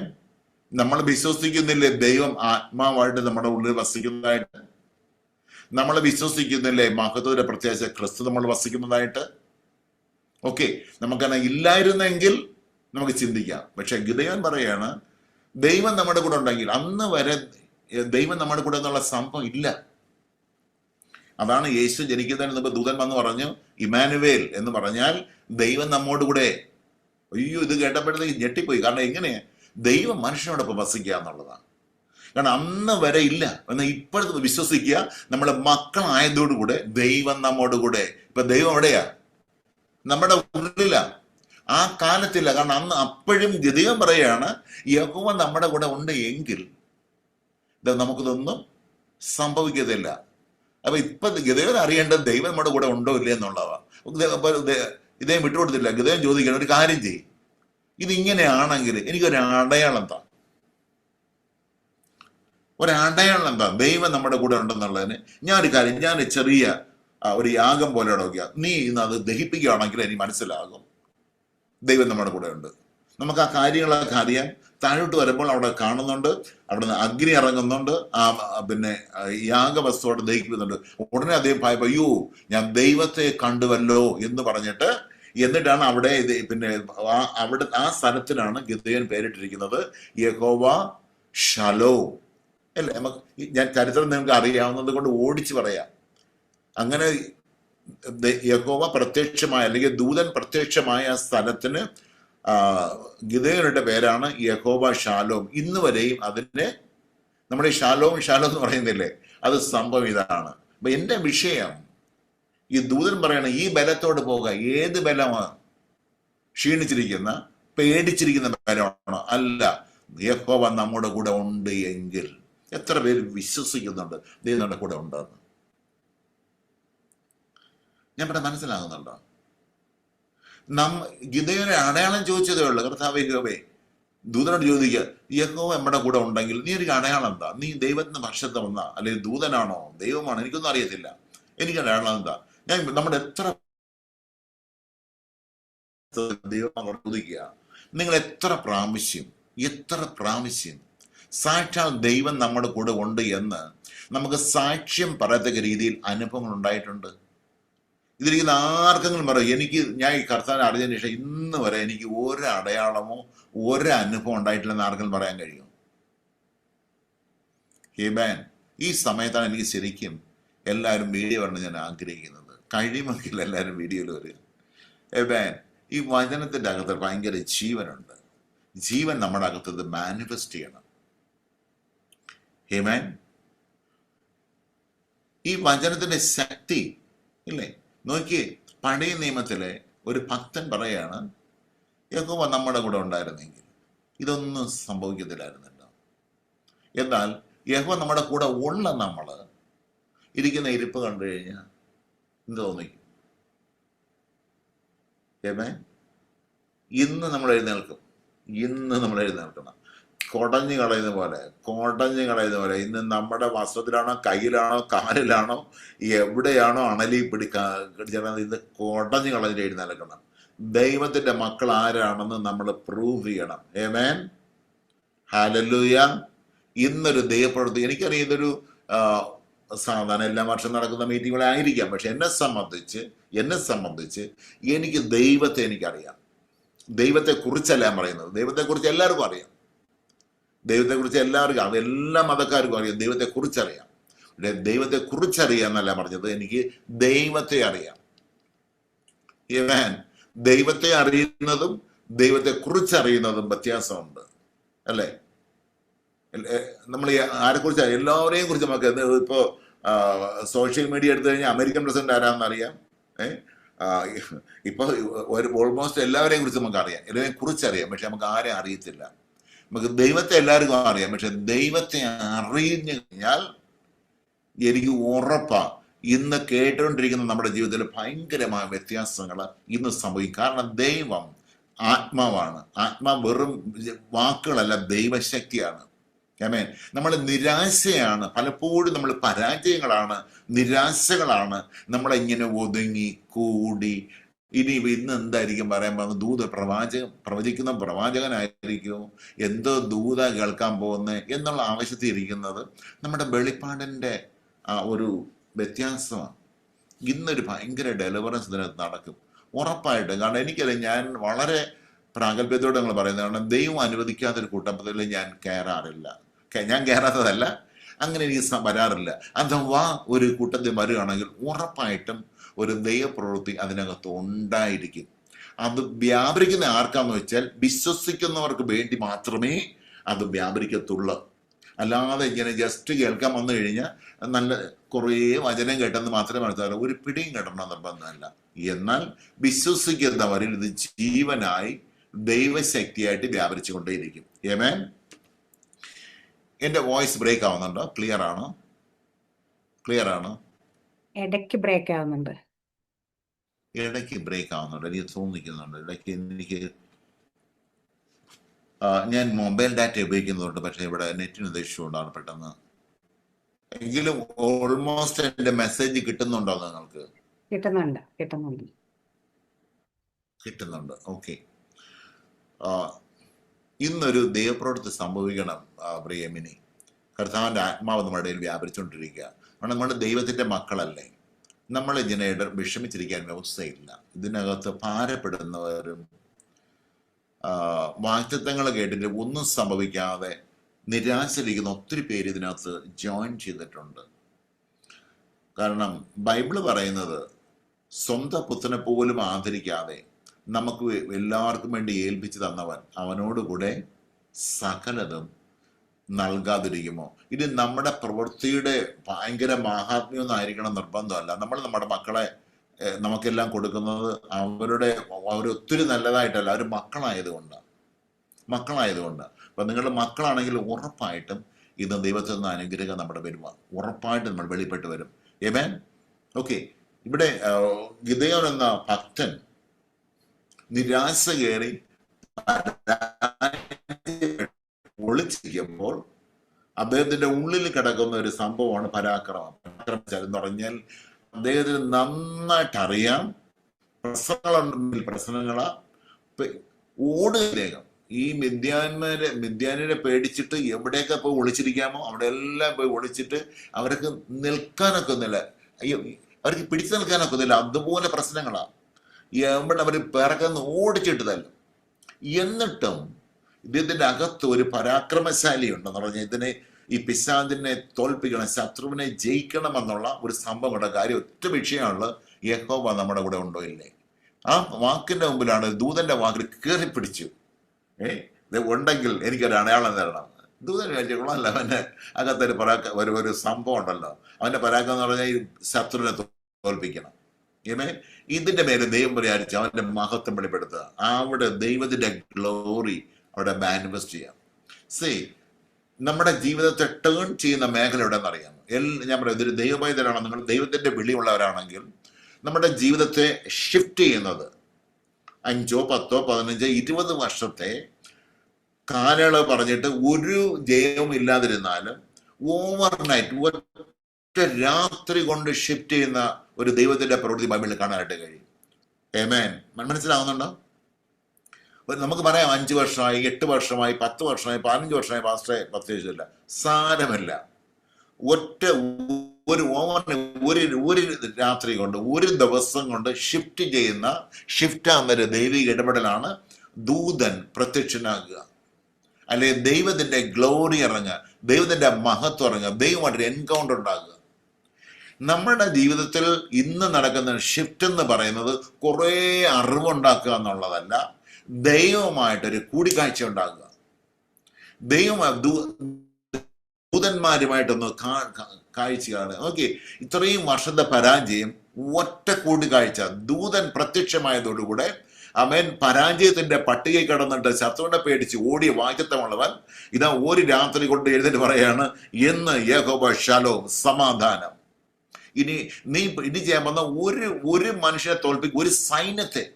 ചിന്തിച്ചോ, മനുഷ്യനെ പേടിച്ച് ഓടി വന്നിരിക്കുന്ന അവനോട് പറയാണ്, നീ ഒരു മനുഷ്യനെ എന്ന പോലെ, ഒരു സൈന്യത്തെ ഒരു മനുഷ്യനെ തോൽപ്പിക്കുന്ന പോലെ. വരുന്നത് 10,000 ആയിരിക്കും. ഈ 10,000 നീ എങ്ങനെ തോൽപ്പിക്കാൻ പോകുന്നേ? ഒരു മനുഷ്യനെ തോൽപ്പിക്കാൻ പോകുന്ന പോലെ. അങ്ങനെ ബൈബിളിൽ ഇരിക്കുന്നത്. ഒരു മനുഷ്യനെ തോൽപ്പിക്കുന്നവരെ നീ ഒരു സൈന്യത്തെ തോൽപ്പിക്കും. എന്തുകൊണ്ടാ? ഒരു പിടിയും കിട്ടുന്നില്ല ഇതെങ്ങനെയാണെന്ന്. അവസാനം ദൂതൻ ആണ് എന്ന്, അല്ലെ യഹോവയുടെ ദൂതനാണെന്ന് മനസ്സിലായപ്പോൾ ഇദ്ദേഹം പറയാണ്, അയ്യോ മനസ്സിലായി കഴിഞ്ഞു, ഇനി അത് നടക്കും. ഈ ഗിദെയോന്റെ ലൈഫ് ചേഞ്ച് ആയത് ആമേൻ വെളിപ്പെട്ട് വന്ന ദൂതന്റെ പ്രത്യക്ഷതയാണെങ്കിൽ, കർത്താവ് പറയുന്നത് ഇന്ന് തന്നെ ആത്മാർത്ഥമായിട്ട് ജാഗ്രതയോടെ അന്വേഷിക്കുന്ന ഏവർക്കും വെളിപ്പെടുത്തുവാൻ ദൈവം ശക്തനാണ്. ആമേൻ. നിങ്ങൾ നോക്കിയ മോശയുടെ എത്ര വർഷത്തെ പരാജയമാണെന്നറിയാം. പരാജയത്തിന്റെ പേര് പരാജയം. ഞാൻ പറയുന്നത് ദൈവത്തിന്റെ മക്കൾ, അല്ലെങ്കിൽ വാഗ്ദത്തമുള്ളവർ, ദൈവത്തിന്റെ ശബ്ദം കേട്ടവർ. ആമേൻ. എത്ര വർഷം എന്ന് പറഞ്ഞാൽ ഇന്ന് എന്ന് പറഞ്ഞ ദിവസം കൊണ്ട് ഉറപ്പായിട്ട് വിടുതൽ നടക്കും. മോശയുടെ ജീവിതം കൊണ്ട് നോക്കിയേ, ഭയങ്കര ഉറപ്പാ, ഭയങ്കര ധൈര്യം, എന്തും ചെയ്യാൻ തയ്യാറായിരുന്നു. പിന്നെയുള്ള 40 വർഷം എല്ലാം പോയി. ഇനി ദൂത് കേൾക്കണ്ട, പ്രവചനം കേൾക്കണ്ട, ആരുടെ കൂട്ടായ്മയും വേണ്ട. അതിനെക്കാളും നല്ലത്, ഈ മനുഷ്യനുള്ള കൂട്ടായ്മയിലും നല്ലത് ആടിനെ മേയിച്ചുകൊണ്ടിരിക്കുക. അതാ കുറച്ചുകൂടെ നല്ലത്. ആ ആടിനെ മേയിച്ചിട്ടിരിക്കുന്ന സമയത്ത് 40 വർഷം കഴിഞ്ഞപ്പോഴേക്ക് എല്ലാം നഷ്ടപ്പെട്ടപ്പോൾ ഒറ്റ ദിവസം കൊണ്ട്, ഒരു നൈറ്റ് കൊണ്ട് ആള് മാറി. എങ്ങനെയെന്നറിയാമോ? അവിടെ കാണുന്ന മുൾപടർപ്പിൽ വെളിപ്പെട്ട യഹോവയുടെ സാന്നിധ്യം, മുൾപടർപ്പിൽ വെളിപ്പെട്ട ദൈവത്തിന്റെ ദൂതൻ. ഞാൻ മനസ്സിലാവുന്നുണ്ടോ? എത്ര വാഗ്ദത്തമുള്ളവനാണോ, ദൈവത്തിന്റെ വിളി വയ്ക്കുന്ന വ്യക്തിയാണോ? ദൈവത്തിന്റെ തെരഞ്ഞെടുക്കപ്പെട്ട വ്യക്തിയാണോ? ഒരു പ്രാവശ്യങ്ങളും പ്രവചനം കേട്ട വ്യക്തിയാണോ? ഉറപ്പാണ് നിന്റെ ജീവിതത്തിൽ വിടുതലുണ്ട്. പക്ഷേ ഇവിടെ കാണുന്നത് നീ എത്രത്തോളം കർത്താവിന് വേണ്ടി കാത്തിരിക്കും. ആമേൻ. നമ്മുടെ പ്രവൃത്തിയേക്കാൾ ഭയങ്കര നമ്മുടെ വിളിയും തെരഞ്ഞെടുപ്പ് ഉറപ്പാണോ? ഉറപ്പായിട്ടും കർത്താവിന്റെ ആ ഫേസ് ടു ഫേസ് കാണാനായിട്ട് കഴിയും. ആ ഒറ്റ എൻകൗണ്ടറോടെ നമ്മുടെ ജീവിതം മാറി മറിയും. ഗിദെയോൻ എങ്ങനെ മാറിയത്? ദൂതൻ വെളിപ്പെട്ടപ്പോൾ അതിന് ഭയന്നുപോയി. നമ്മളെ പോലെയല്ല, നമുക്ക് കർത്താവിന് വെളിപ്പെടാൻ നമ്മൾ ഭയത്തില്ല, കാരണം മക്കളായതുകൊണ്ട്. അവൻ പറഞ്ഞു, അയ്യോ ഞാൻ മരിച്ചു പോകും. ദൂതൻ മങ്ങില്ല, മരിക്കത്തില്ല. അയ്യോ ഞാൻ യഹോവയെ നേരിട്ട് കണ്ടല്ലോ. കുഞ്ഞുങ്ങളെ, ഇന്ന് ദൈവത്തിന്റെ മഹത്വം നമ്മൾ കാണും. ഗിദെയോൻ മാറിയെങ്കിൽ മോശ എങ്ങനെ മാറി? മോശ പറഞ്ഞു, ഒരു രക്ഷയില്ല. ഇനിയിപ്പോ ദൈവം നേരിട്ടിറങ്ങി വന്നാലും വിശ്വസിക്കാൻ കഴിയാത്ത രീതിയിൽ നിൽക്കുന്ന മോശയുടെ മുമ്പിൽ ആമേൻ ഒറ്റ പ്രത്യക്ഷത പറയുകയാണ്, ഇനി ഞാൻ നിന്റെ ഫറവോന്റെ മുമ്പിൽ ഭയന്ന് ഒളിച്ചു കൊടുക്കുന്നവനായിട്ടല്ല, ഫറവോന്റെ മുമ്പിൽ ദൈവമായിട്ട് നിർത്താൻ പോവാം. ഞാനാകുന്നു. ഒറ്റ വാക്ക്. എന്താ? ദൈവത്തിന്റെ പ്രത്യക്ഷത. ഒറ്റ എൻകൗണ്ടർ. ഇന്ന് എത്ര പേര് ആത്മാർത്ഥമായിട്ട് ആഗ്രഹിക്കുന്നുണ്ട്? നിങ്ങളുടെ പരാജയത്തിന്റെ വർഷത്തെ പഴക്കം എത്രയാണ്? അതൊന്നുകൂടെ വിഷയമല്ല. പക്ഷെ വചനം പറയുന്നത് തന്നെ ജാഗ്രതയോടെ അന്വേഷിക്കുമ്പോൾ അവരെ കണ്ടെത്തുമാറാക്കും. ഇന്ന് കർത്താവ് നമ്മുടെ ഇടയിൽ ഇടപെടാൻ ഇന്ന് ദൈവം റെഡിയാണ്. എത്ര പേര് നമ്മൾ ഈ പരാജയങ്ങൾ പറഞ്ഞ് നിർത്തുക. ഇന്ന് ഗിദെയോൻ പറയുമോ, യഹോവ നമ്മുടെ കൂടെ ഉണ്ടെങ്കിൽ നമുക്ക് ധൈര്യമായിട്ട് പറഞ്ഞാൽ എൻ്റെ ദൈവം എൻ്റെ കൂടെ ഉണ്ട്. പ്രശ്നങ്ങൾ പലതും വരും. ഈ അബ്രഹാമിന്റെ ഒരു വാക്കിന് ഭയങ്കര ഇഷ്ടമാണ്. അബ്രഹാമിന് 100 വയസ്സാകാറായി.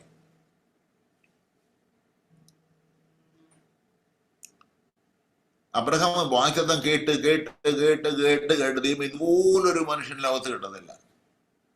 10-25 വർഷമായി വാക്തത്വം കേൾക്കുന്നത്. ഓരോ പ്രാവശ്യം പറയുന്നത് യഹോവ പ്രത്യക്ഷമായിട്ട്. അവസാനം ഈ മനുഷ്യരല്ലേ, എത്രയൊക്കെന്ന് പറഞ്ഞു കഴിഞ്ഞാൽ നമ്മൾ മനുഷ്യരല്ലേ. അബ്രഹാം നീ എത്ര ഞാൻ മനുഷ്യനല്ലേ, ഞാൻ കേട്ട് മടുത്തു. ഇനി നീ പറയുന്ന കാര്യം എന്നെ നടക്കാൻ പോകുന്നില്ല. ഒരു പക്ഷേ എന്റെ ദാസനായി എലയാസറിനെ വല്ലതും സംഭവിക്കാനേ ഉള്ളു. എങ്കിലും എനിക്ക് നിന്നെ അറിയാം. നീ ആരാന്നറിയാം. നീ സർവശക്തനാണ്. നീ ഇല്ലാത്തതിനെ ഉള്ളതിനെ പോലെ വിളിച്ചു വരുത്തും. ആമേൻ. മരിച്ചവരെ നീ ജീവിക്കും എന്ന് സർവശക്തനായ ദൈവം എന്ന് ഞാൻ അറിയുന്നു. നോക്കിയേ, അബ്രഹാമിന് ദൈവത്തിനെ കുറിച്ച് വെളിപ്പാടിന് വ്യത്യാസം വന്നിട്ടില്ല. ഇദ്ദേഹത്തിന്റെ വാക്തത്വം ഒന്നും നിറവേറ്റിയിട്ടില്ല. ഈ പറയുന്ന കാര്യം ഒന്നും നടപ്പിലാകുന്നില്ല.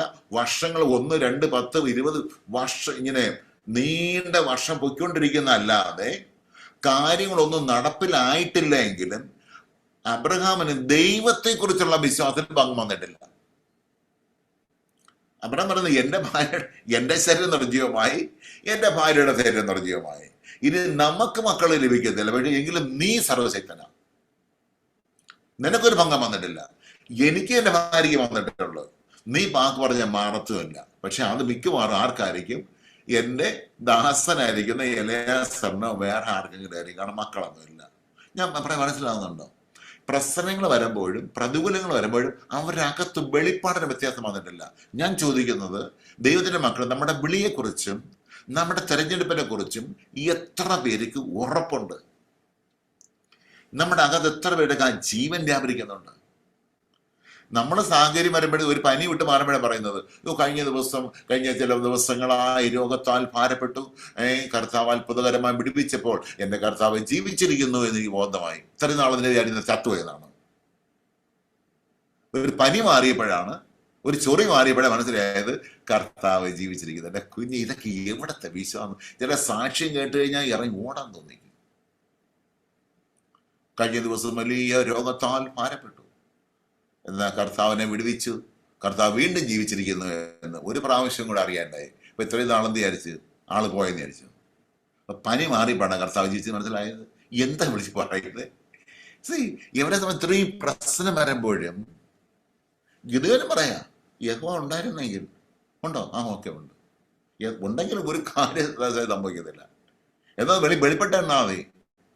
മോശ പറയാ, പിന്നെ ഇവിടെ നമ്മൾ ഓരോ പ്രാവശ്യം കേൾക്കുന്നത് ദൈവം നമ്മുടെ കൊണ്ട്. അബ്രഹാം പറയാ, എൻ്റെ ശരീരത്തിന്റെ കാര്യം പോയി, എൻ്റെ ഭാര്യയിൽ മക്കളുണ്ടാകാൻ പോകുന്നില്ല, അതൊക്കെ നമുക്കറിയാം. പക്ഷേ നീ ആരാ? അങ്ങ് സർവശക്തനായ എന്റെ നടന്നുള്ള എനിക്ക് വേണ്ട. അത് കുറിച്ച് ഒരു പങ്കം വന്നിട്ടില്ല. മനസ്സിൽ ഞാൻ പറയുന്നത് നിങ്ങൾ ഗ്രഹിക്കാൻ കഴിയുന്നുണ്ടോ? അതായത് നിങ്ങൾക്ക് ദൂത് കിട്ടിയാതെ എനിക്ക് ക്ലിയർ ആയിട്ട് അറിയാം നിങ്ങൾ എന്താ പ്രതീക്ഷിക്കുന്നതെന്ന് എനിക്ക് പറയാനും കഴിയും. കിട്ടിക്കഴിഞ്ഞാൽ ഈ പ്രലോഭനങ്ങളുണ്ടല്ലോ, മകളെ ഈ ദിവസങ്ങളിലെ ദൈവം തന്നെ എൻ്റെ കൊച്ചി ഇത് കേട്ടിട്ട് വല്ലതും സംഭവിക്കുന്നുണ്ടോ? കേൾക്കേണ്ടതല്ല, എനിക്ക് ഇഷ്ടമാണ്. ചിലപ്പോൾ ഒന്നുമില്ല, നിരാശ അറിയുമ്പോൾ നടന്നില്ലെങ്കിലും കേൾക്കുമ്പോൾ ഒരു സുഖമാണ്, അല്ല രാജി? നടന്നില്ലെങ്കിൽ കുഴപ്പമില്ല. അതൊന്ന് പാസ്റ്ററുടെ പേര് പറഞ്ഞ്, പ്രിയ രാജി ജോൺ ഫ്രം എറണാകുളം, ഈ ദിവസങ്ങളിൽ ദൈവം തന്നെ ഉയർത്താൻ പോകുന്നു. എൻ്റെ കൊച്ചെ, ഞാൻ രക്ഷിക്കപ്പെട്ടപ്പോഴേ ഞാൻ ദൈവത്തിന്റെ മകളായി കഴിഞ്ഞു, ഇനി എവിടെ കൊണ്ട് ഉയർത്താനാണ്?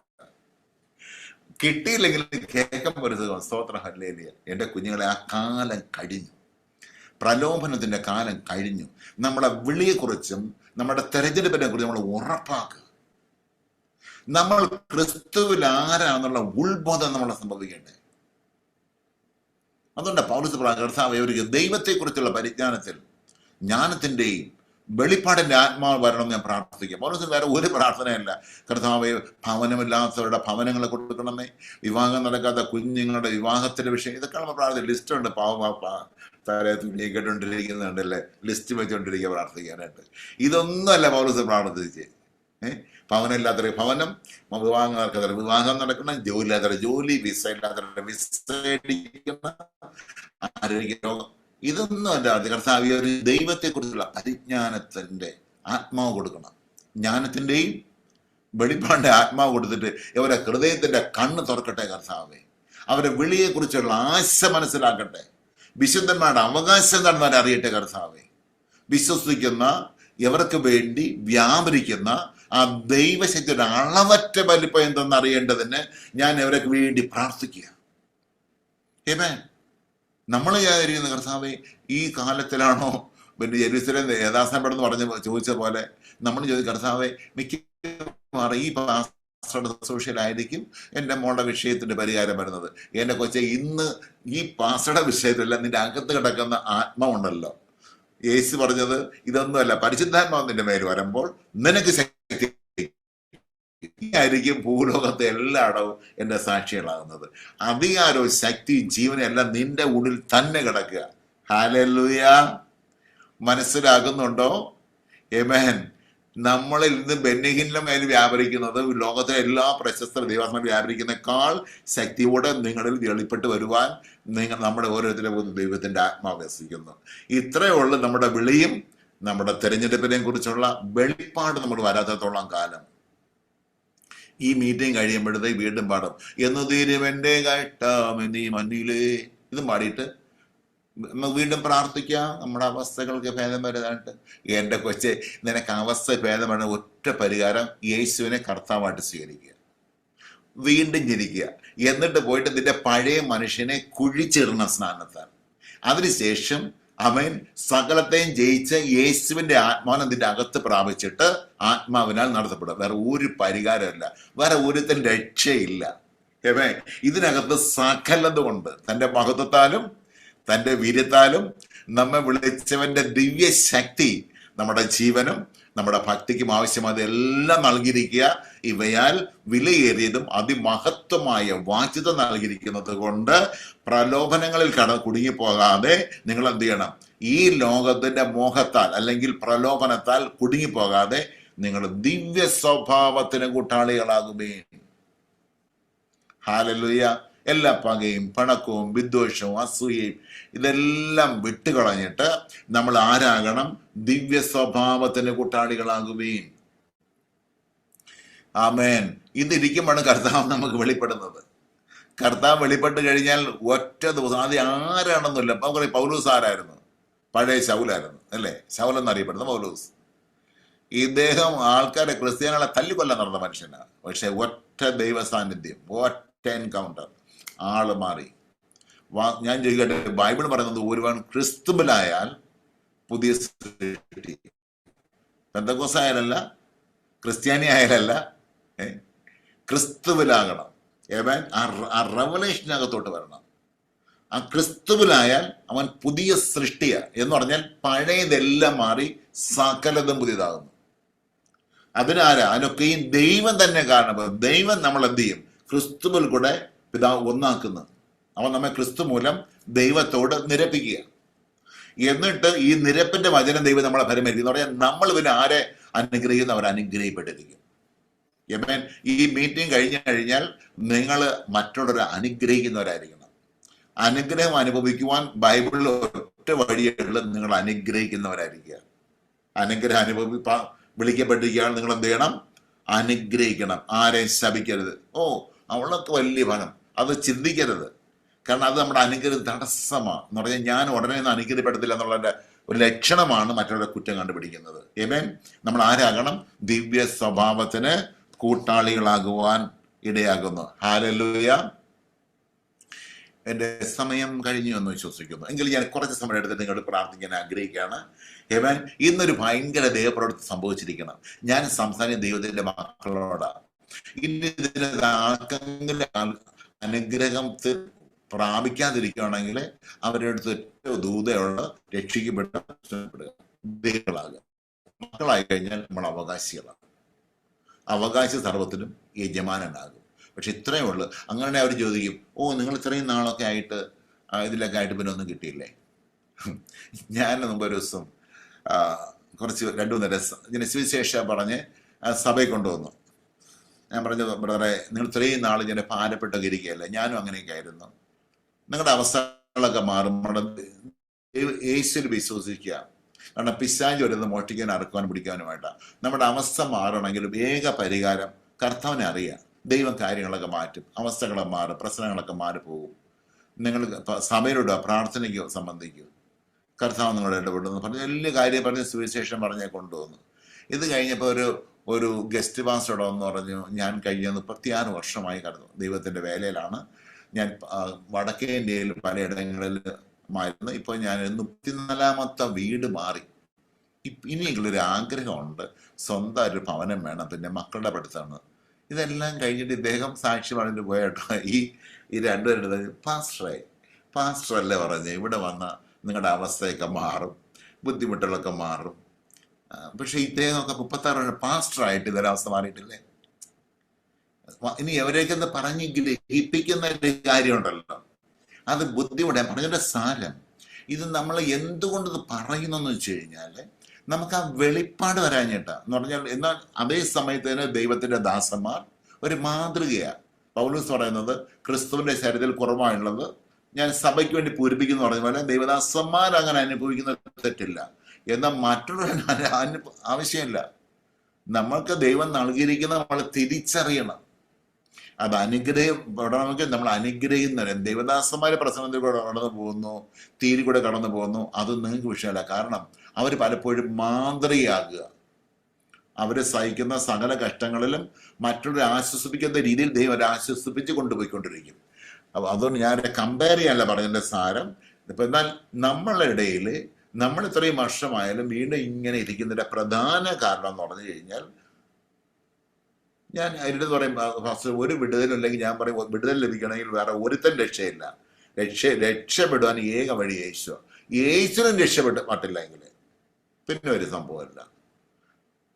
ഞാൻ കുറച്ച് അല്പം ട്രഡീഷണൽ ബന്ധകോസ്താണ്. അപ്പൊ ഞാൻ പഠിച്ചു വന്നെന്ന് പറഞ്ഞു കഴിഞ്ഞാൽ, നമ്മൾ ഈ ഭൂമിയിൽ എത്രത്തോളം ദുരിതവും കഷ്ടതയും വേദനയും നിന്ദയും പരിഹാസം അനുഭവിക്കുന്നു, അതനുസരിച്ചാണ് സ്വർഗത്തിൽ കിട്ടും എന്നാണ് ഞാൻ പഠിച്ചു വെച്ചിരുന്നത്. പക്ഷെ എനിക്ക് ദൈവത്തിന്റെ എൻകൗണ്ടർ ഉണ്ടായപ്പോഴാണ് മനസ്സിലായത്, അവൻ ഇവിടെ ദൈവം തൻ്റെ മക്കളാക്കി തന്നെ നിർത്തിയിരിക്കുന്നത് കൊണ്ട് ഇതിനല്ലാതെ നമുക്ക് ജീവിക്കാനായിട്ട് കഴിയും. ഞാൻ പറഞ്ഞുകൊണ്ട് സാരം, നമ്മൾ ഈ ഉള്ളതിനകത്ത് കോംപ്രമൈസ് ചെയ്യരുത്. നമ്മൾ അനുഗ്രഹിപ്പെട്ട് കഴിഞ്ഞാണ്ടല്ല, മറ്റുള്ള ജാതികൾ അനുഗ്രഹപ്പെടുന്ന പോലെ അല്ല. ജാതികൾക്ക് സമ്പത്ത് വന്നു കഴിഞ്ഞാൽ ഇവർ ഭിക്ഷ പോലും കൊടുക്കത്തില്ല, അവരിങ്ങനെ വലിയ വീടൊക്കെ ചെയ്തിട്ട്. പക്ഷെ ദൈവമക്കൾ അനുഗ്രഹപ്പെട്ട് കഴിഞ്ഞാൽ നമ്മൾ നിമിത്തം ഭൂമിയിലെ സകല വംശങ്ങൾ അനുഗ്രഹപ്പെടും. അല്ല മിനിക്ക് ഇപ്പോൾ ഒരു 10 കോടി രൂപ ഇട്ട് കഴിഞ്ഞാൽ കുറഞ്ഞതൊരു 2 കോടിയെങ്കിലും മറ്റേ പാവപ്പെട്ടവർക്ക് കൊടുക്കാൻ സഭയ്ക്ക് ചെയ്യത്തില്ലേ? ഇല്ലേ? അപ്പൊ അങ്ങനെയാണെങ്കിൽ എന്തുകൊണ്ട് ചെയ്യുന്നില്ല എന്ന് വെച്ച് കഴിഞ്ഞാൽ 100 കോടി ഇല്ല. ദൈവാത്മാവ് നടത്തപ്പെടുന്നവരുടെ കയ്യിൽ പണം വന്നു കഴിഞ്ഞാൽ ദൈവരാജ്യത്തിന് മഹത്വമാണ്. എന്നാൽ ദൈവം എല്ലാത്തിനും വന്നു കഴിഞ്ഞാലോ ഒരു കാര്യമല്ല. ഞാൻ സമ്പത്തിനെ കുറിച്ചല്ല പറഞ്ഞുകൊണ്ടിരിക്കുന്ന സാരം, നമ്മളെ മൈൻഡ് സെറ്റ് മാറുക എന്നുള്ളതേ പറഞ്ഞുകൊണ്ട് സാരമുള്ളൂ. നമ്മൾ ചിലർ പറയും, അതിൻ്റെത് ആവശ്യമില്ല പാസ്റ്ററെ, ഉണ്മാനം ഉടുപ്പാനുണ്ടെങ്കിൽ മതിയെന്ന് വയ്ക്കുക. ഇവരെ പോലെ സ്വാർത്ഥര് ലോകത്ത് കാണത്തില്ല. കാരണം അവർക്ക് ഉണ്മാനം ഉടുപ്പാനുണ്ടെങ്കിൽ മതി എന്ന് പറഞ്ഞാൽ വേറെ ഒരു മനുഷ്യന് ഞാൻ നിമിത്തം 5 പൈസ കൊടുക്കത്തുമില്ല, ഒരു ഗ്ലാസ് വെള്ളം പോലും മേടിച്ചു കൊടുക്കത്തില്ല. കാരണം എനിക്ക് ഉണ്മാനം ഉടുപ്പാനുണ്ടെങ്കിൽ എനിക്ക് മതി. എൻ്റെ കൊച്ചെ, നീ ധാരാളം ഉണ്ടെങ്കിൽ എന്ത് ചെയ്യും? നീ മറ്റുള്ളവർക്കെല്ലാം സഹായിക്കും അല്ലേ? എന്തുകൊണ്ട് നമ്മൾ ഒന്നും ചെയ്യാതെ നമുക്ക് ഇല്ല ചേട്ടാ. എന്നിട്ട് നമ്മൾ അതിനായിട്ട് പണ്ടൊരു ആരോ കയറി ചാടിയിട്ട്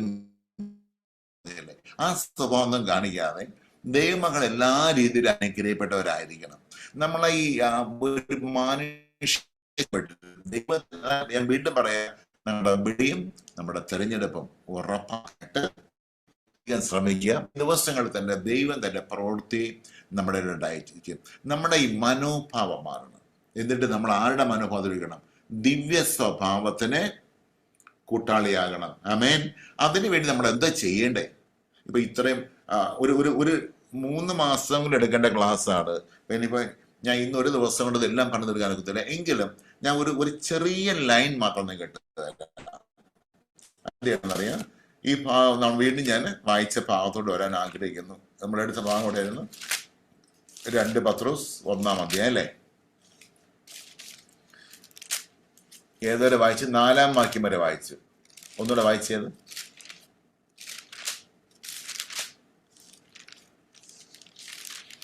ഓക്കെ, 4-ാം വാക്യം. ഇവയാൽ നമുക്ക് വിലയേറിയതും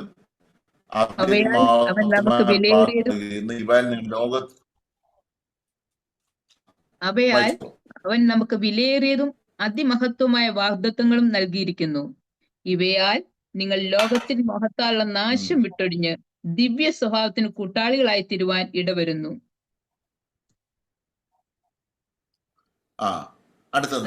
അത് നിമിത്തം തന്നെ നിങ്ങൾ സകല ഉത്സാഹവും കഴിച്ച്.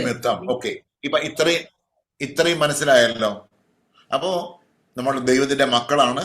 നമ്മുടെ വിളിച്ച ദൈവം സർവശക്തനാണ്. ഇനി നമ്മൾ ആരാകണം? ദിവ്യ സ്വഭാവത്തിന് കൂട്ടാളിയാണ്. എത്ര പേർക്ക് അങ്ങനെ താല്പര്യമുണ്ട് ആ കർത്താവിന്റെ അതേപോലെ അതേ സ്വഭാവം നമ്മൾ ഉണ്ടാകണമെന്ന്? ദിവ്യ സ്വഭാവം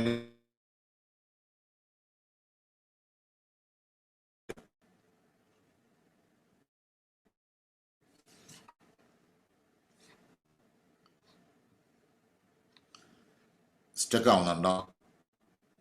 ഓക്കെ ഓക്കെ.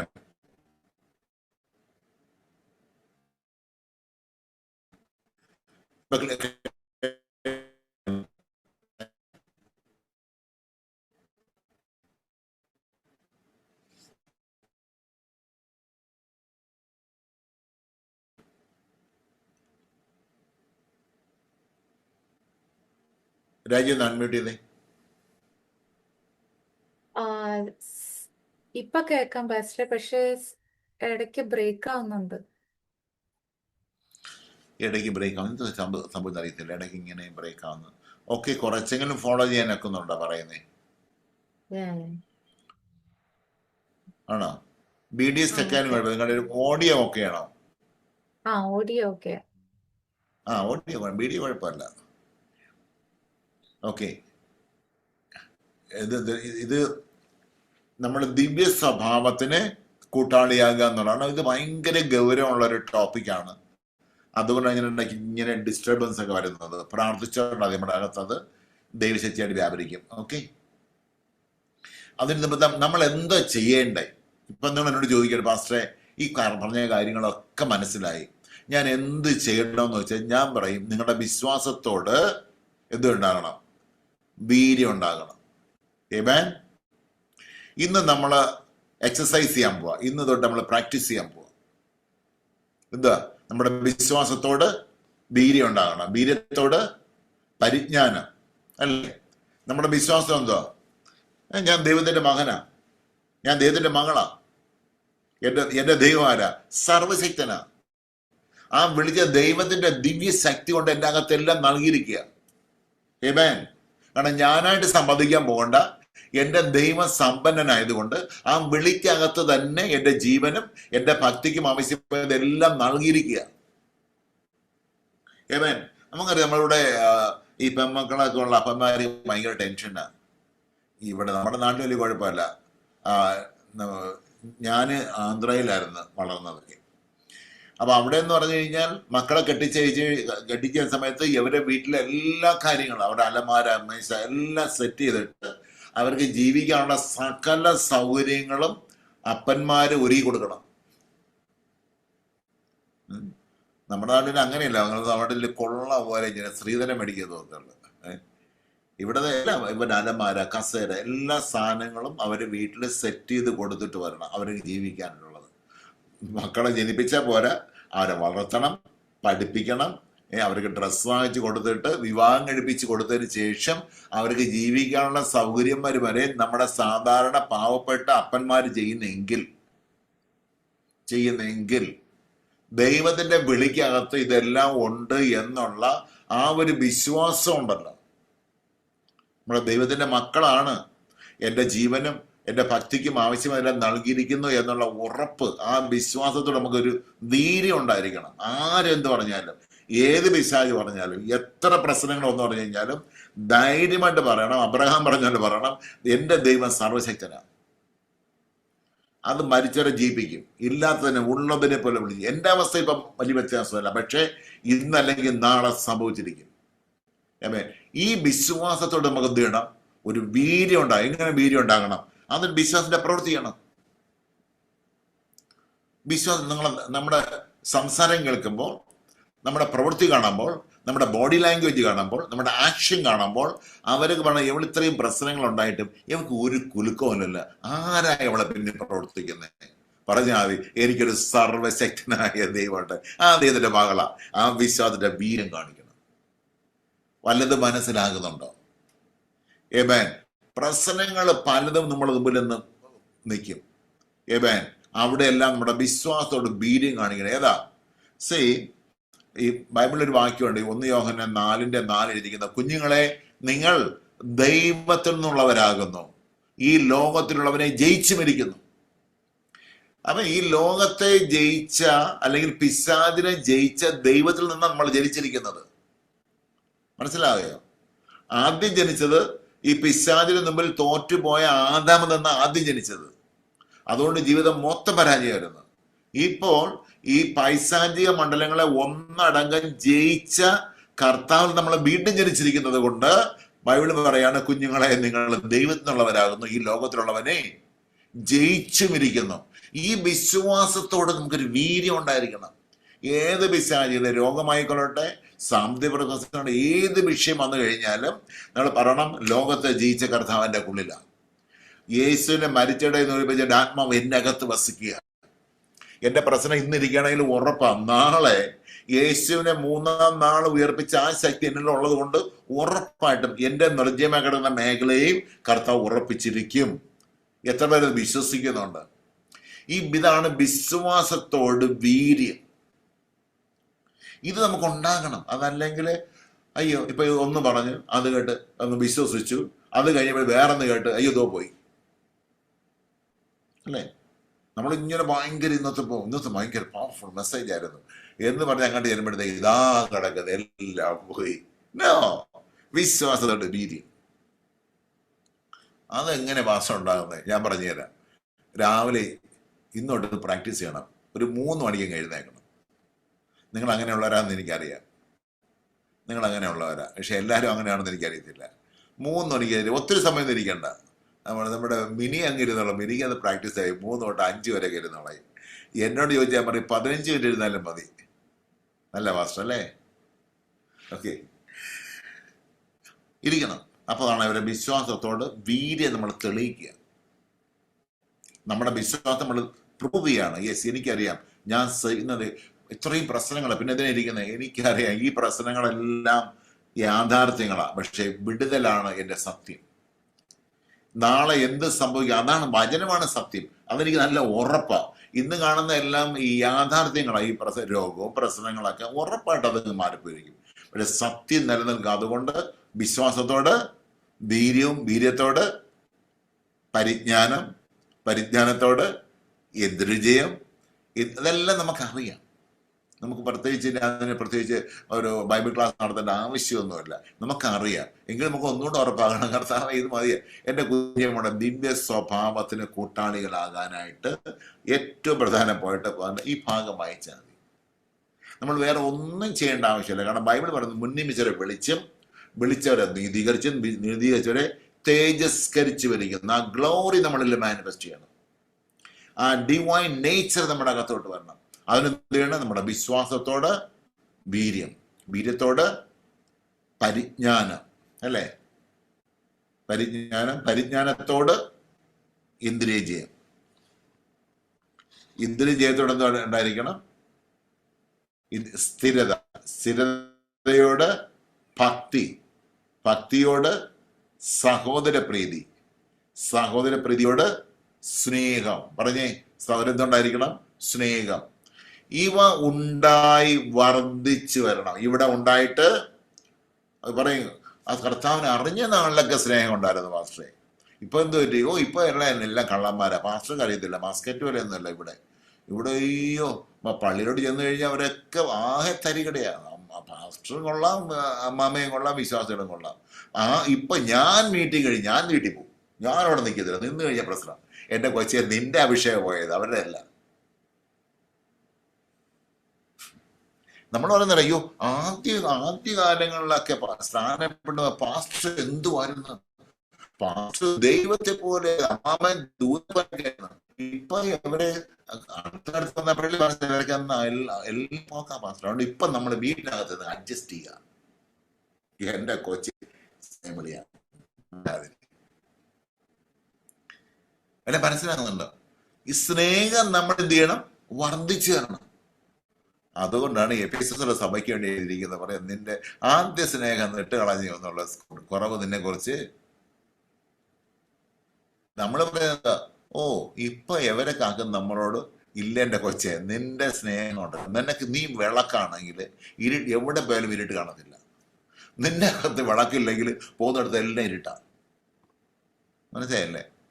നമ്മളാണ് വിളക്കെന്ന് വെച്ചോ, ഇരുട്ട് കാണാൻ നോക്കും, എങ്ങും ഇരുട്ട് കാണത്തില്ല, എല്ലായിടത്തും വിളി. കാരണം നമ്മൾ തന്നെ വിളിച്ചതല്ലേ. ഏവൻ എന്തായാലും കർത്താവിന് വേണ്ടി ഇറങ്ങിക്കഴിഞ്ഞ് ഇന്ന് രണ്ടൊന്നും അറിയണം. 15-ാം ദിവസമല്ലേ ഇന്ന്. നിങ്ങൾ അനുഗ്രഹിച്ചതിന് ശേഷം ഞാൻ ഇന്ന് ഇവിടെ സംഭവിച്ചിരിക്കണം. ഏവൻ വിശ്വാസത്തോട് വീര്യം, വീര്യത്തോടെ പരിജ്ഞാനം, പരിജ്ഞാനത്തോട് ഇന്ദ്രിയത്തോട് സ്ഥിരതയോട് വിശ്വസ്തത, വിശ്വസ്തയോട് സഹോദരത്തോട് സ്നേഹം. ഇവ ഉണ്ടായി വർദ്ധിച്ചു വരുന്നു എങ്കിൽ നിങ്ങൾ നിഷ്ഫലന്മാരായിരിക്കുകയില്ല. ഇവയില്ലാത്തവനോ കുരുടന്മാരത്രേ. ഇവയില്ലാത്തവൻ ആരാ? ഉത്സാഹത്തല്ല. ഇവയില്ലാത്തവനെ കുരുടനത്രേ. അവൻ ക്രിസ്തുദൃഷ്ടിയുള്ളവൻ തന്റെ മുമ്പിലത്തെ പാപത്തിന്റെ ശുദ്ധീകരണം മറന്നു കളഞ്ഞവനാകുന്നു തന്നെ. അതുകൊണ്ട് സഹോദരന്മാരെ, നിങ്ങളുടെ വിളിയും നിങ്ങളുടെ തിരഞ്ഞെടുപ്പും ഉറപ്പാക്കുവാൻ അധികം ശ്രമിപ്പീൻ. ഹല്ലേലൂയ. ഇത്രയും മനസ്സിലായി. ഇത്രയും കാര്യം പറഞ്ഞിരിക്കുന്നതിനകത്ത് നമ്മൾ ചെയ്യേണ്ട ഏക റോളെന്ന് പറയുന്നത്, നമ്മൾ രക്ഷിക്കപ്പെട്ടു, നമ്മൾ സ്നാനപ്പെട്ടു, നമ്മൾ ആത്മാവിനെ പ്രാപിച്ചു, നമ്മുടെ സഭയിൽ പോകുന്നു, ദശാംശം കൊടുക്കുന്നു, പാട്ട് പാടുന്നു, കൈയടിക്കുന്നു, എല്ലാം ചെയ്യുന്നു. അതെല്ലാം നല്ലതാ, അങ്ങനെ തന്നെ കണ്ടിന്യൂ ചെയ്യുക. പക്ഷേ താക്കോൽ എന്ന് പറയുന്നത് ദിവ്യ സ്വഭാവം, ഡിവൈൻ നേച്ചർ, നമ്മുടെ ദൈവത്തിന്റെ മക്കളാണ് നമ്മൾ തെളിയിക്കണം. മക്കൾ ആരെ പോലെ ഇരിക്കും? അപ്പനെ പോലെ ഇരിക്കണം. ഏമേൻ. ഈ ദിവസങ്ങളിൽ നമ്മൾ അതിനു വേണ്ടി സകല ഉത്സാഹവും കഴിച്ചിട്ട് നമ്മുടെ വിശ്വാസത്തോട് ചെയ്യണം, വീര്യം കൂട്ടണം, സ്നേഹം നമ്മളിൽ വർദ്ധിച്ചു വരണം. ഇവ ഉണ്ടായി വരുന്നുവെങ്കിൽ നമ്മൾ നിഷ്ഫലന്മാരായിരിക്കുകയില്ല. ോ ക്രിസ്തുദൃഷ്ടിയുള്ളവനത്രേ. ഏമേൻ. ഞാൻ ആ നെഗറ്റീവ് പാർട്ടോട്ട് പോകുന്നില്ല. ഇന്ന്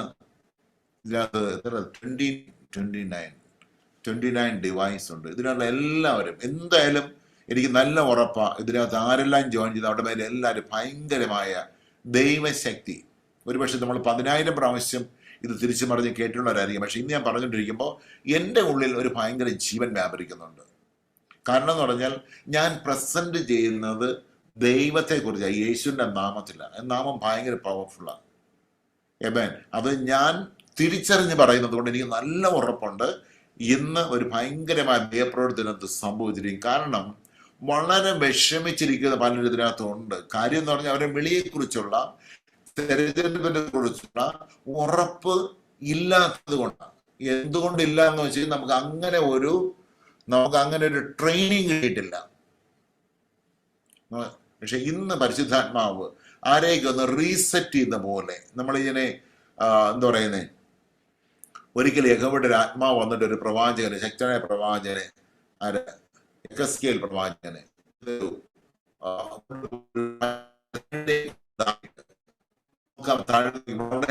അസ്ഥികൾ ഇങ്ങനെ കിടക്കുക, ചെതറി കിടക്കുന്ന അസ്ഥികൾ. ഇത് പ്രാപിക്കും. അദ്ദേഹത്തിന് ഒരു മറുപടിയില്ല.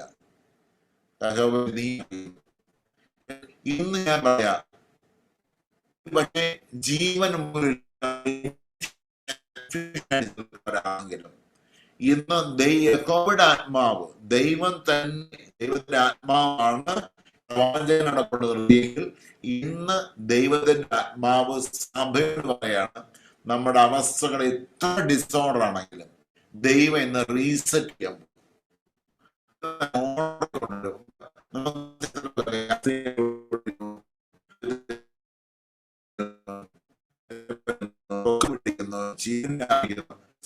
എന്ന് പറയുന്നത് പോലെ വാസ്തവത്തിൽ സംഭവിക്കും. പിന്നെ ആ പറഞ്ഞത്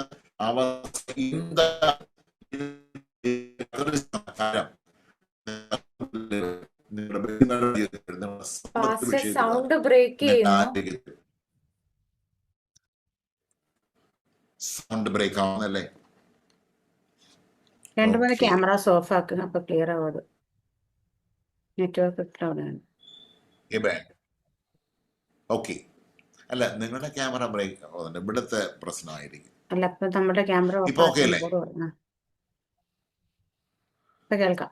കുഴപ്പമില്ല. എനിക്കത് ഇവിടെ റേഞ്ചിന്റെ പ്രശ്നമായിരിക്കും. പക്ഷെ ഞാൻ എൻ്റെ മെസ്സേജ് കഴിഞ്ഞ് ഞാൻ പ്രാർത്ഥിക്കാൻ പോവാം. നിങ്ങൾ എല്ലാവരും കണ്ണടച്ച് ഞാൻ പ്രാർത്ഥിക്കാൻ പോവാം. ഞാൻ ഇവിടെ മസ്കറ്റിലാണ് ഉള്ളത്. ഞാൻ ഇവിടെ നിന്ന് പ്രാർത്ഥിക്കുമ്പോൾ ഞാൻ പറയുന്നത് യേശുവിൻ്റെ നാമത്തിലായതുകൊണ്ട് നിങ്ങൾ ലോകത്തിൻ്റെ ഏത് കോർണറിലായിക്കൊള്ളട്ടെ, നാട്ടിലോ ദുബായിലോ നിങ്ങൾ എവിടെ നിന്നാണെന്ന് പറഞ്ഞാലും ആത്മാവ് ഭയങ്കര ശക്തമായിട്ട് നിങ്ങളുടെ ഇടപെടാൻ തുടങ്ങും. അവസ്ഥകളെ ദൈവം എന്ന് മാറ്റും. ഇനി ഞാൻ ചെയ്യാൻ പോകുന്ന പ്രാർത്ഥന നിങ്ങളെല്ലാം കേട്ടില്ലെങ്കിലും കുഴപ്പമില്ല. ഒരു പക്ഷെ നിങ്ങൾക്കെല്ലാം ഇത്രയും നേരം ഞാൻ നിങ്ങളോട് സംസാരിച്ചുകൊണ്ടിരുന്നേ, നിങ്ങളോട് പ്രസംഗിച്ചിരുന്നു. പക്ഷെ ഇനി ഞാൻ നിങ്ങളോടല്ല, ഞാൻ ദൈവത്തോടാണ്. നിങ്ങൾക്ക് മനസ്സിലായാൽ നല്ലതാ, മനസ്സിലായില്ലെങ്കിലും കുഴപ്പമില്ല. നിങ്ങൾ കേട്ടാലും കുഴപ്പമില്ല. ദൈവത്തോടെ, പിതാവേ, ഞാൻ യേശുവിന്റെ നാമത്തിൽ നിങ്ങളുടെ വലത്തെ കൈ, നിങ്ങളുടെ വിശുദ്ധ കരം നിങ്ങളുടെ നെഞ്ചത്തോട് വെച്ച് നമ്മുടെ പരിമിതി ദൈവം മാറ്റാൻ പോവാം. സ്വർഗപിതാവേ, ഞാൻ യേശുവിന്റെ നാമം ചൊല്ലി അങ്ങയുടെ മക്കളെ ഞാൻ അനുഗ്രഹിക്കുന്ന പിതാവ്, ഒരു ഭയങ്കര ദൈവശക്തി ഇപ്പോൾ അങ്ങയുടെ മക്കളിലോട്ട് വ്യാപരിക്കേണ്ട ദൈവമേ. കർത്താവേ, കഴിഞ്ഞ 15 ദിവസമായി പൂർണ്ണ സമയ ഉപവാസത്തോടെ നിന്റെ മകള് കർത്താവ് ഇരുന്നുകൊണ്ട് ഒരു 21 ഡേയ്സിന്റെ ഫാസ്റ്റിംഗ് പ്രയർ വെച്ചിരിക്കുന്നല്ലോ ദൈവമേ. ഇതിന്റെ മകളെ ഹൃദയത്തിലുള്ള വാഞ്ച അത് ജീവനായി അങ്ങയുടെ മക്കളിലോട്ട് വ്യാപരിക്കേണ്ട ദൈവമേ. ദോഷികളായ നിങ്ങളുടെ മക്കൾക്ക് നല്ല ദാനം കൊടുക്കാൻ ഇച്ഛിക്കുന്നവർക്ക് സ്വർഗസ്വനായ പിതാവ് എത്ര അധികം കർത്താവ് ഒരു വലിയ വിടുതലിന് വേണ്ടി, ദേശത്തിന്റെ വിടുതലിന്, കുടുംബങ്ങളുടെ വിടുതലിന് വേണ്ടി കർത്താവ് ഈ സഹോദരി ഉപവാസത്തോടിരിക്കുന്നുവെങ്കിൽ ദൈവം എത്ര അധികമായി പകരും എന്നുള്ള വചനാടിസ്ഥാനത്തിൽ ഇപ്പോൾ യേശുവിന്റെ നാമം ചൊല്ലി ഞങ്ങളുടെ മക്കളെല്ലാം ഞങ്ങൾ അനുഗ്രഹിക്കുന്ന കർത്താവെ, ഒരു ഭയങ്കര ദൈവശക്തി യേശുവിന്റെ നാമത്തിൽ ഇപ്പോൾ ദൈവത്തിന്റെ മക്കളുടെ മേൽ മാനിഫെസ്റ്റ് ചെയ്യട്ടെ. തേജസ്സിന്റെ മേൽ തേജസ് പ്രാപിച്ച് അതേ പ്രതിമയായിട്ട് വെളിപ്പെടുന്നത് പോലെ കർത്താവെ അങ്ങയുടെ ദിവ്യ സ്വഭാവത്തിന് കൂട്ടാളിയാകാത്ത രീതിയിൽ ദൈവീയമായ സകല ജ്ഞാനവും അവരുടെ മേലുണ്ടാകട്ടെ കർത്താവെ. ആത്മാർത്ഥമായിട്ട് ആരെങ്കിലും അത് ആഗ്രഹിക്കുന്നുവെങ്കിൽ കർത്താവെ, കർത്താവുമാര് എൻകൗണ്ടർ ഗിദെയോന് യഹോവ പ്രത്യക്ഷമായിരിക്കുന്ന പോലെ, മോശയ്ക്ക് കർത്താവെ പ്രത്യക്ഷമായതുപോലെ, കർത്താവെ അബ്രഹാമിന് ദൈവം പ്രത്യക്ഷമായതുപോലെ, കർത്താവ് ഇന്ന് വിശ്വസിക്കുന്ന എല്ലാവരുടെ പേരും ആരെല്ലാം വാഞ്ചയോടെ ദാഹത്തോടെ അവരുടെ കാര്യങ്ങൾ അവരുടെ നെഞ്ചത്തോടെ ചേർത്ത് അവരുടെ പേരെല്ലാം ദൈവമായിട്ടൊരു എൻകൗണ്ടർ ഉണ്ടാകട്ടെ. ഒരു ഭയങ്കര ദൈവപ്രവർത്തകരുടെ പേര് സംഭവിക്കട്ടെ. അങ്ങയുടെ നാമം മഹത്വ കർത്താവെ പ്രാർത്ഥിക്കുന്നു. ഒരു വലിയ ദൈവിക ഇടപെടൽ ഉണ്ടാകട്ടെ കർത്താവെ. എല്ലാ മഹത്വവും ഞങ്ങളുടെ ദൈവത്തിൽ അർപ്പിക്കുന്നു. യേശുവിന്റെ നാമത്തിൽ പ്രാർത്ഥിക്കുന്നു നല്ല പിതാവേ. ആമേൻ, ആമേൻ, ആമേൻ, ആമേൻ.